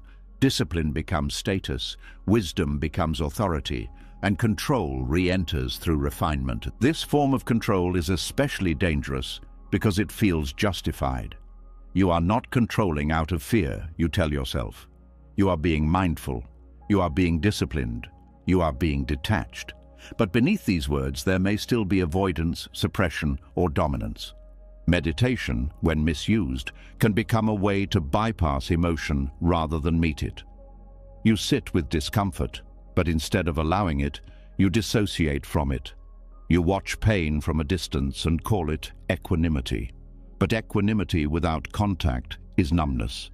The difference is subtle but important. True presence feels alive. Spiritual control feels flat. Discipline can also become a weapon. You push yourself to meditate longer, practice harder, maintain composure at all costs. You override signals of fatigue, grief, or anger because you believe you should be beyond them. This is control disguised as commitment. Wisdom, too, can become rigid. You adopt concepts about impermanence, non-attachment, or non-self and use them to dismiss lived experience. Someone expresses pain and you respond with philosophy instead of empathy. You explain away suffering instead of meeting it. This is domination through abstraction. Spiritual control often emerges when the ego fears regression. You don't want to go back to who you were. You don't want to feel raw again. You don't want to admit confusion. So you hold tightly to a spiritual identity that promises stability. But spirituality is not meant to stabilize the ego. It is meant to soften it. When practice becomes identity, curiosity fades. You stop questioning your own assumptions. You stop noticing blind spots. You start defending your understanding. Defense is always a sign of control.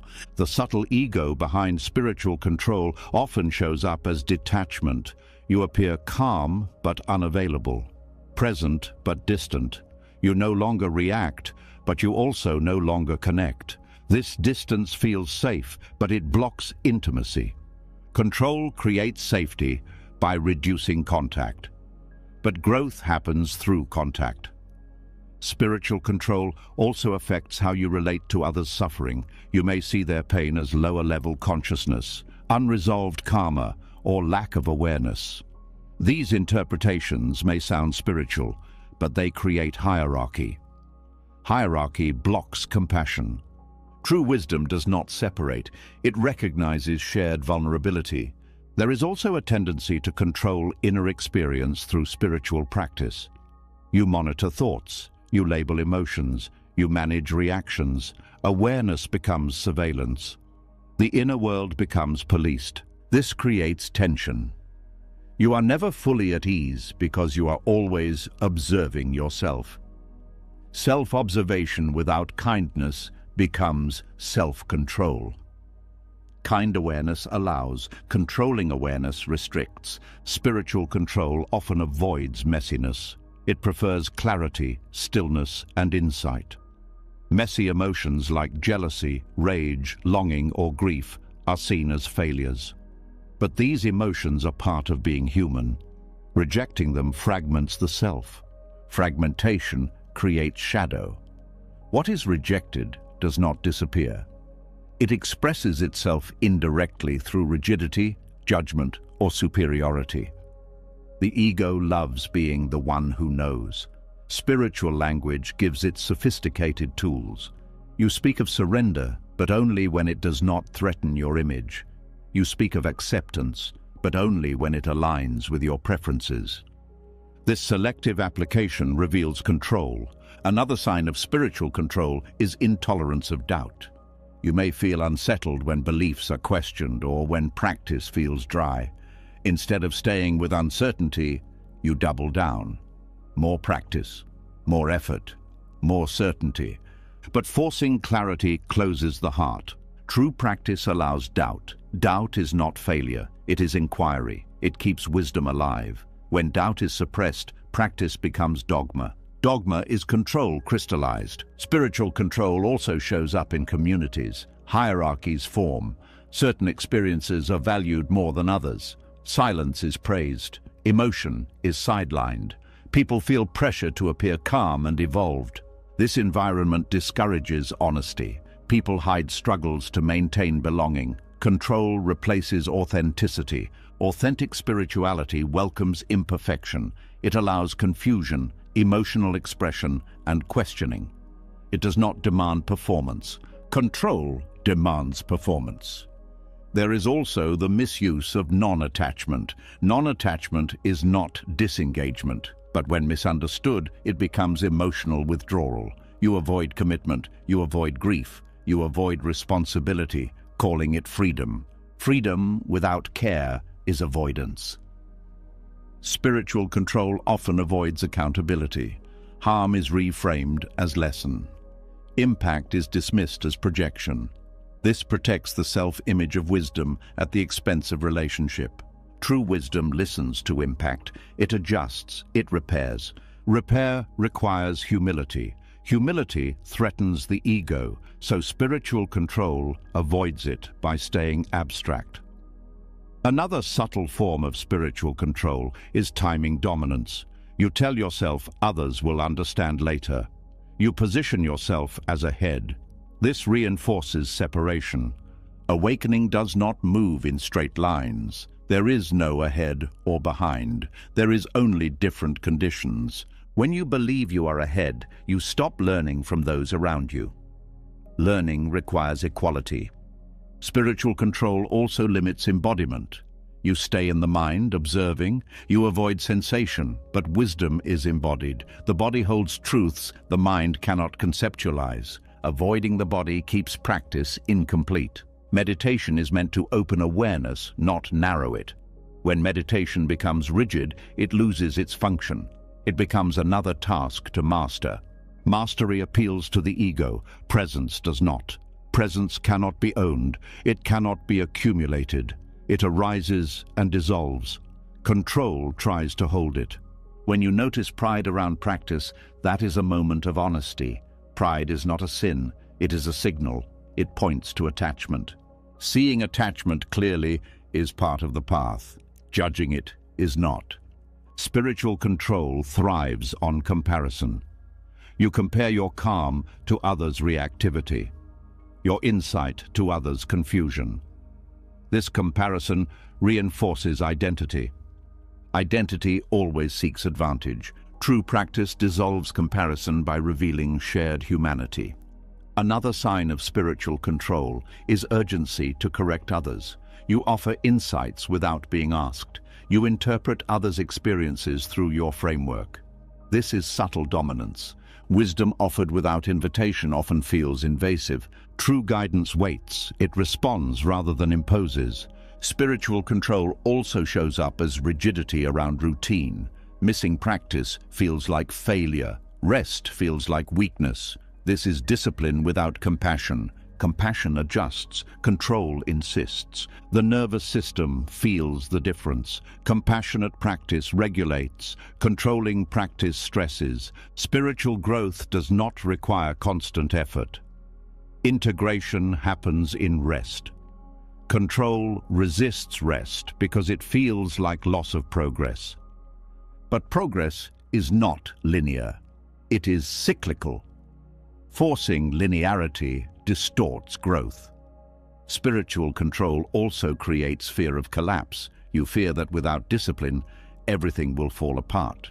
This fear reveals a lack of trust. Trust is not blind faith.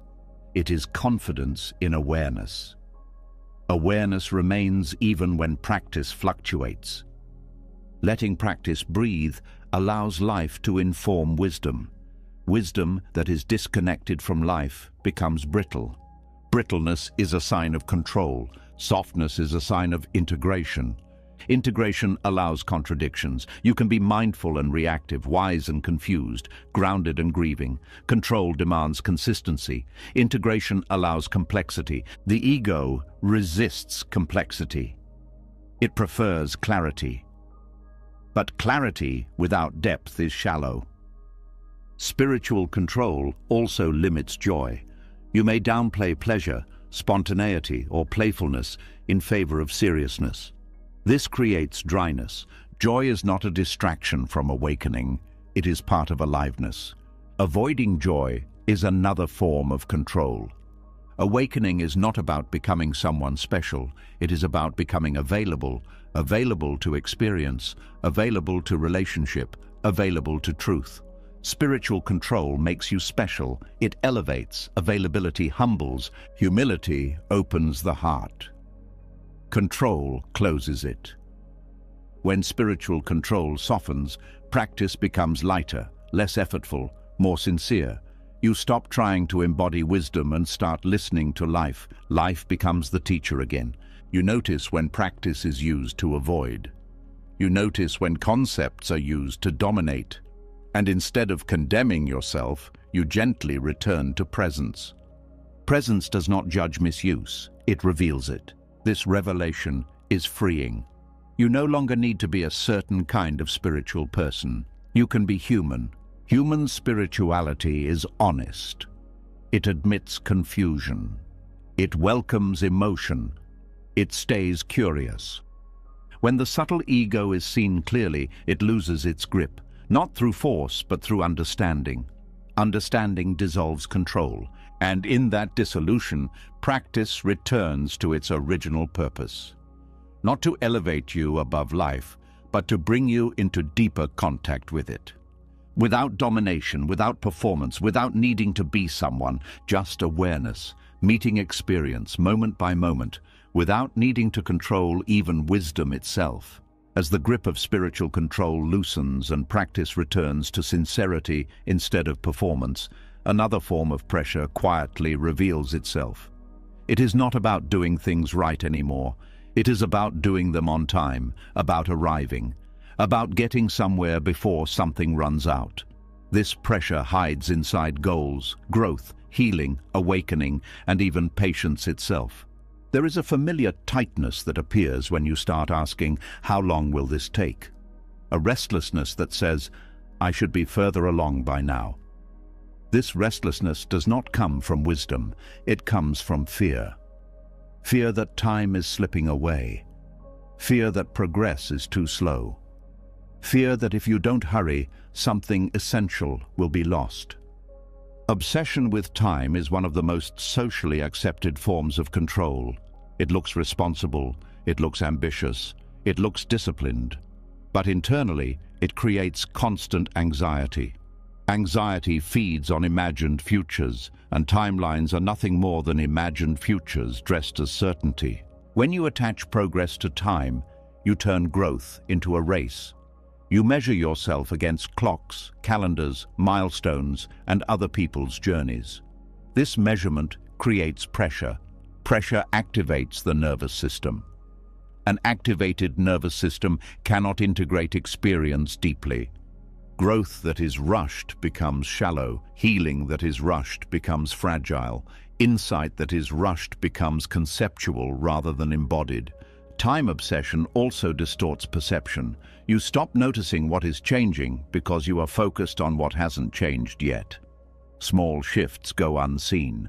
Subtle growth is dismissed. You overlook resilience, wisdom, and capacity that have already developed. The mind believes timelines create motivation. In reality, they often create self-violence. When progress does not match expectation, shame appears. I'm failing. I'm behind. I'm wasting time. These thoughts tighten the body and narrow awareness. Trust cannot grow in a body that feels constantly behind. Buddhist understanding recognizes that time is not experienced linearly in the body. The body does not heal by schedule. Insight does not mature by deadline. Transformation follows rhythms, not clocks. Nature does not rush, yet nothing is delayed. This truth is easy to admire and difficult to live. Modern conditioning teaches urgency. Urgency feels like survival. Slowing down feels risky, but urgency is often a sign of distrust. Distrust that life will unfold without constant pressure. Distrust that your process is valid. Distrust that you are allowed to take the time you need. When you obsess over progress, you turn the present moment into a means rather than an end. The present becomes valuable only for what it produces. This robs life of immediacy. Presence cannot thrive when it is constantly evaluated. Progress fixation also creates a false future self. You imagine a version of yourself who is healed, awakened, calm, complete.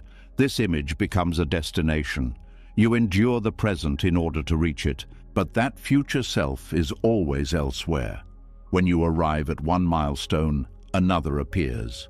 Completion keeps moving. This chasing keeps peace postponed. Trust unfolds naturally when you stop demanding arrival. When you release the idea that you must become someone else to be okay, growth continues without pressure. Growth does not stop when control is released. It becomes more organic. Control over time also interferes with learning. Learning requires repetition, mistake, and integration. Timelines reduce learning to outcome. Did I get it yet? Replaces curiosity. Curiosity thrives in spaciousness. Anxiety suffocates it. Obsession with timelines also narrows compassion. You expect others to heal, change, or understand at a certain pace. When they don't, impatience appears. This impatience is often mirrored inwardly. When you soften time expectations for yourself, you naturally soften them for others. This softening deepens relationships. Conversations feel less pressured. Listening improves. You stop waiting for people to change and start meeting them as they are. Releasing control over time also changes how you relate to effort. Effort becomes responsive instead of forced. You act when something is ready to be acted on. You rest when rest is needed. Rest is not wasted time. Rest is integration. Many breakthroughs happen during rest, not effort. When the mind relaxes its grip, insight surfaces naturally. Control interrupts this process by constantly checking progress. Progress checking pulls attention out of experience and into evaluation. Evaluation activates judgment. Judgment creates tension. Trust unfolds when evaluation quiets. Another hidden cost of timeline obsession is fear of aging and mortality. Time pressure is often fear of running out of opportunity, running out of meaning, running out of relevance. This fear drives urgency. Urgency drives control. Control blocks presence. Presence is the only place life is actually lived. When you release control over time, you are not denying mortality. You are changing your relationship to it. You stop racing against it and start living within it. Living within time means honoring seasons. There are seasons of effort and seasons of rest, seasons of clarity and seasons of confusion. Forcing one season to behave like another creates suffering. Trust recognizes seasonality. It does not panic when growth feels slow. It does not cling when growth feels fast. Progress is not linear. It spirals. Old patterns resurface not because you failed, but because deeper layers are ready to be seen. Timeline thinking interprets this as regression. Trust recognizes it as deepening. This recognition reduces discouragement. Discouragement comes from expecting straight lines in a world of cycles.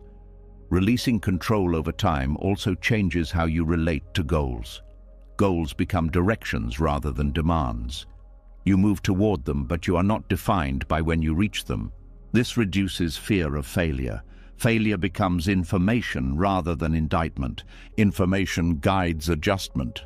Indictment freezes movement.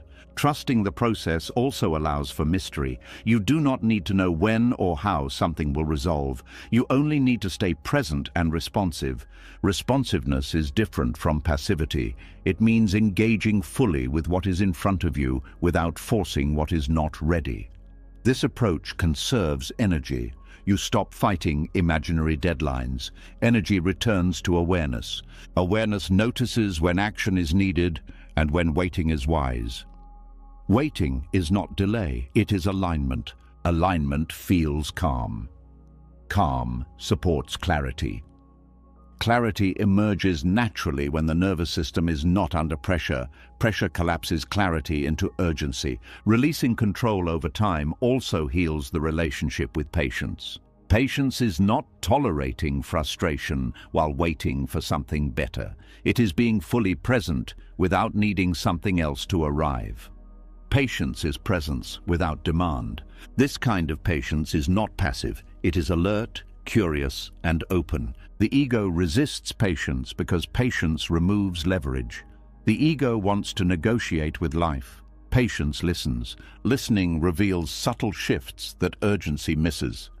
You begin to notice micro-changes, slight softening, increased capacity, shorter recovery times. These changes accumulate. Trust grows when you notice these changes rather than dismiss them because they don't match expectations. Expectation is the enemy of trust. When expectations loosen, gratitude naturally increases. You appreciate what is happening now rather than fixating on what isn't. Gratitude grounds awareness. Grounded awareness reduces anxiety. Anxiety thrives on future fixation. Trust anchors you in now. Releasing control over time also impacts decision-making. Decisions are no longer rushed to meet imagined deadlines. You allow options to clarify. Clarity that emerges from waiting is often more aligned than clarity forced by pressure. Forced decisions often require later correction. Trust reduces this cycle. There is also humility in releasing time control. You admit you cannot predict everything. You allow life to surprise you. Surprise is not threat, it is aliveness. When you stop micromanaging progress, joy becomes possible again.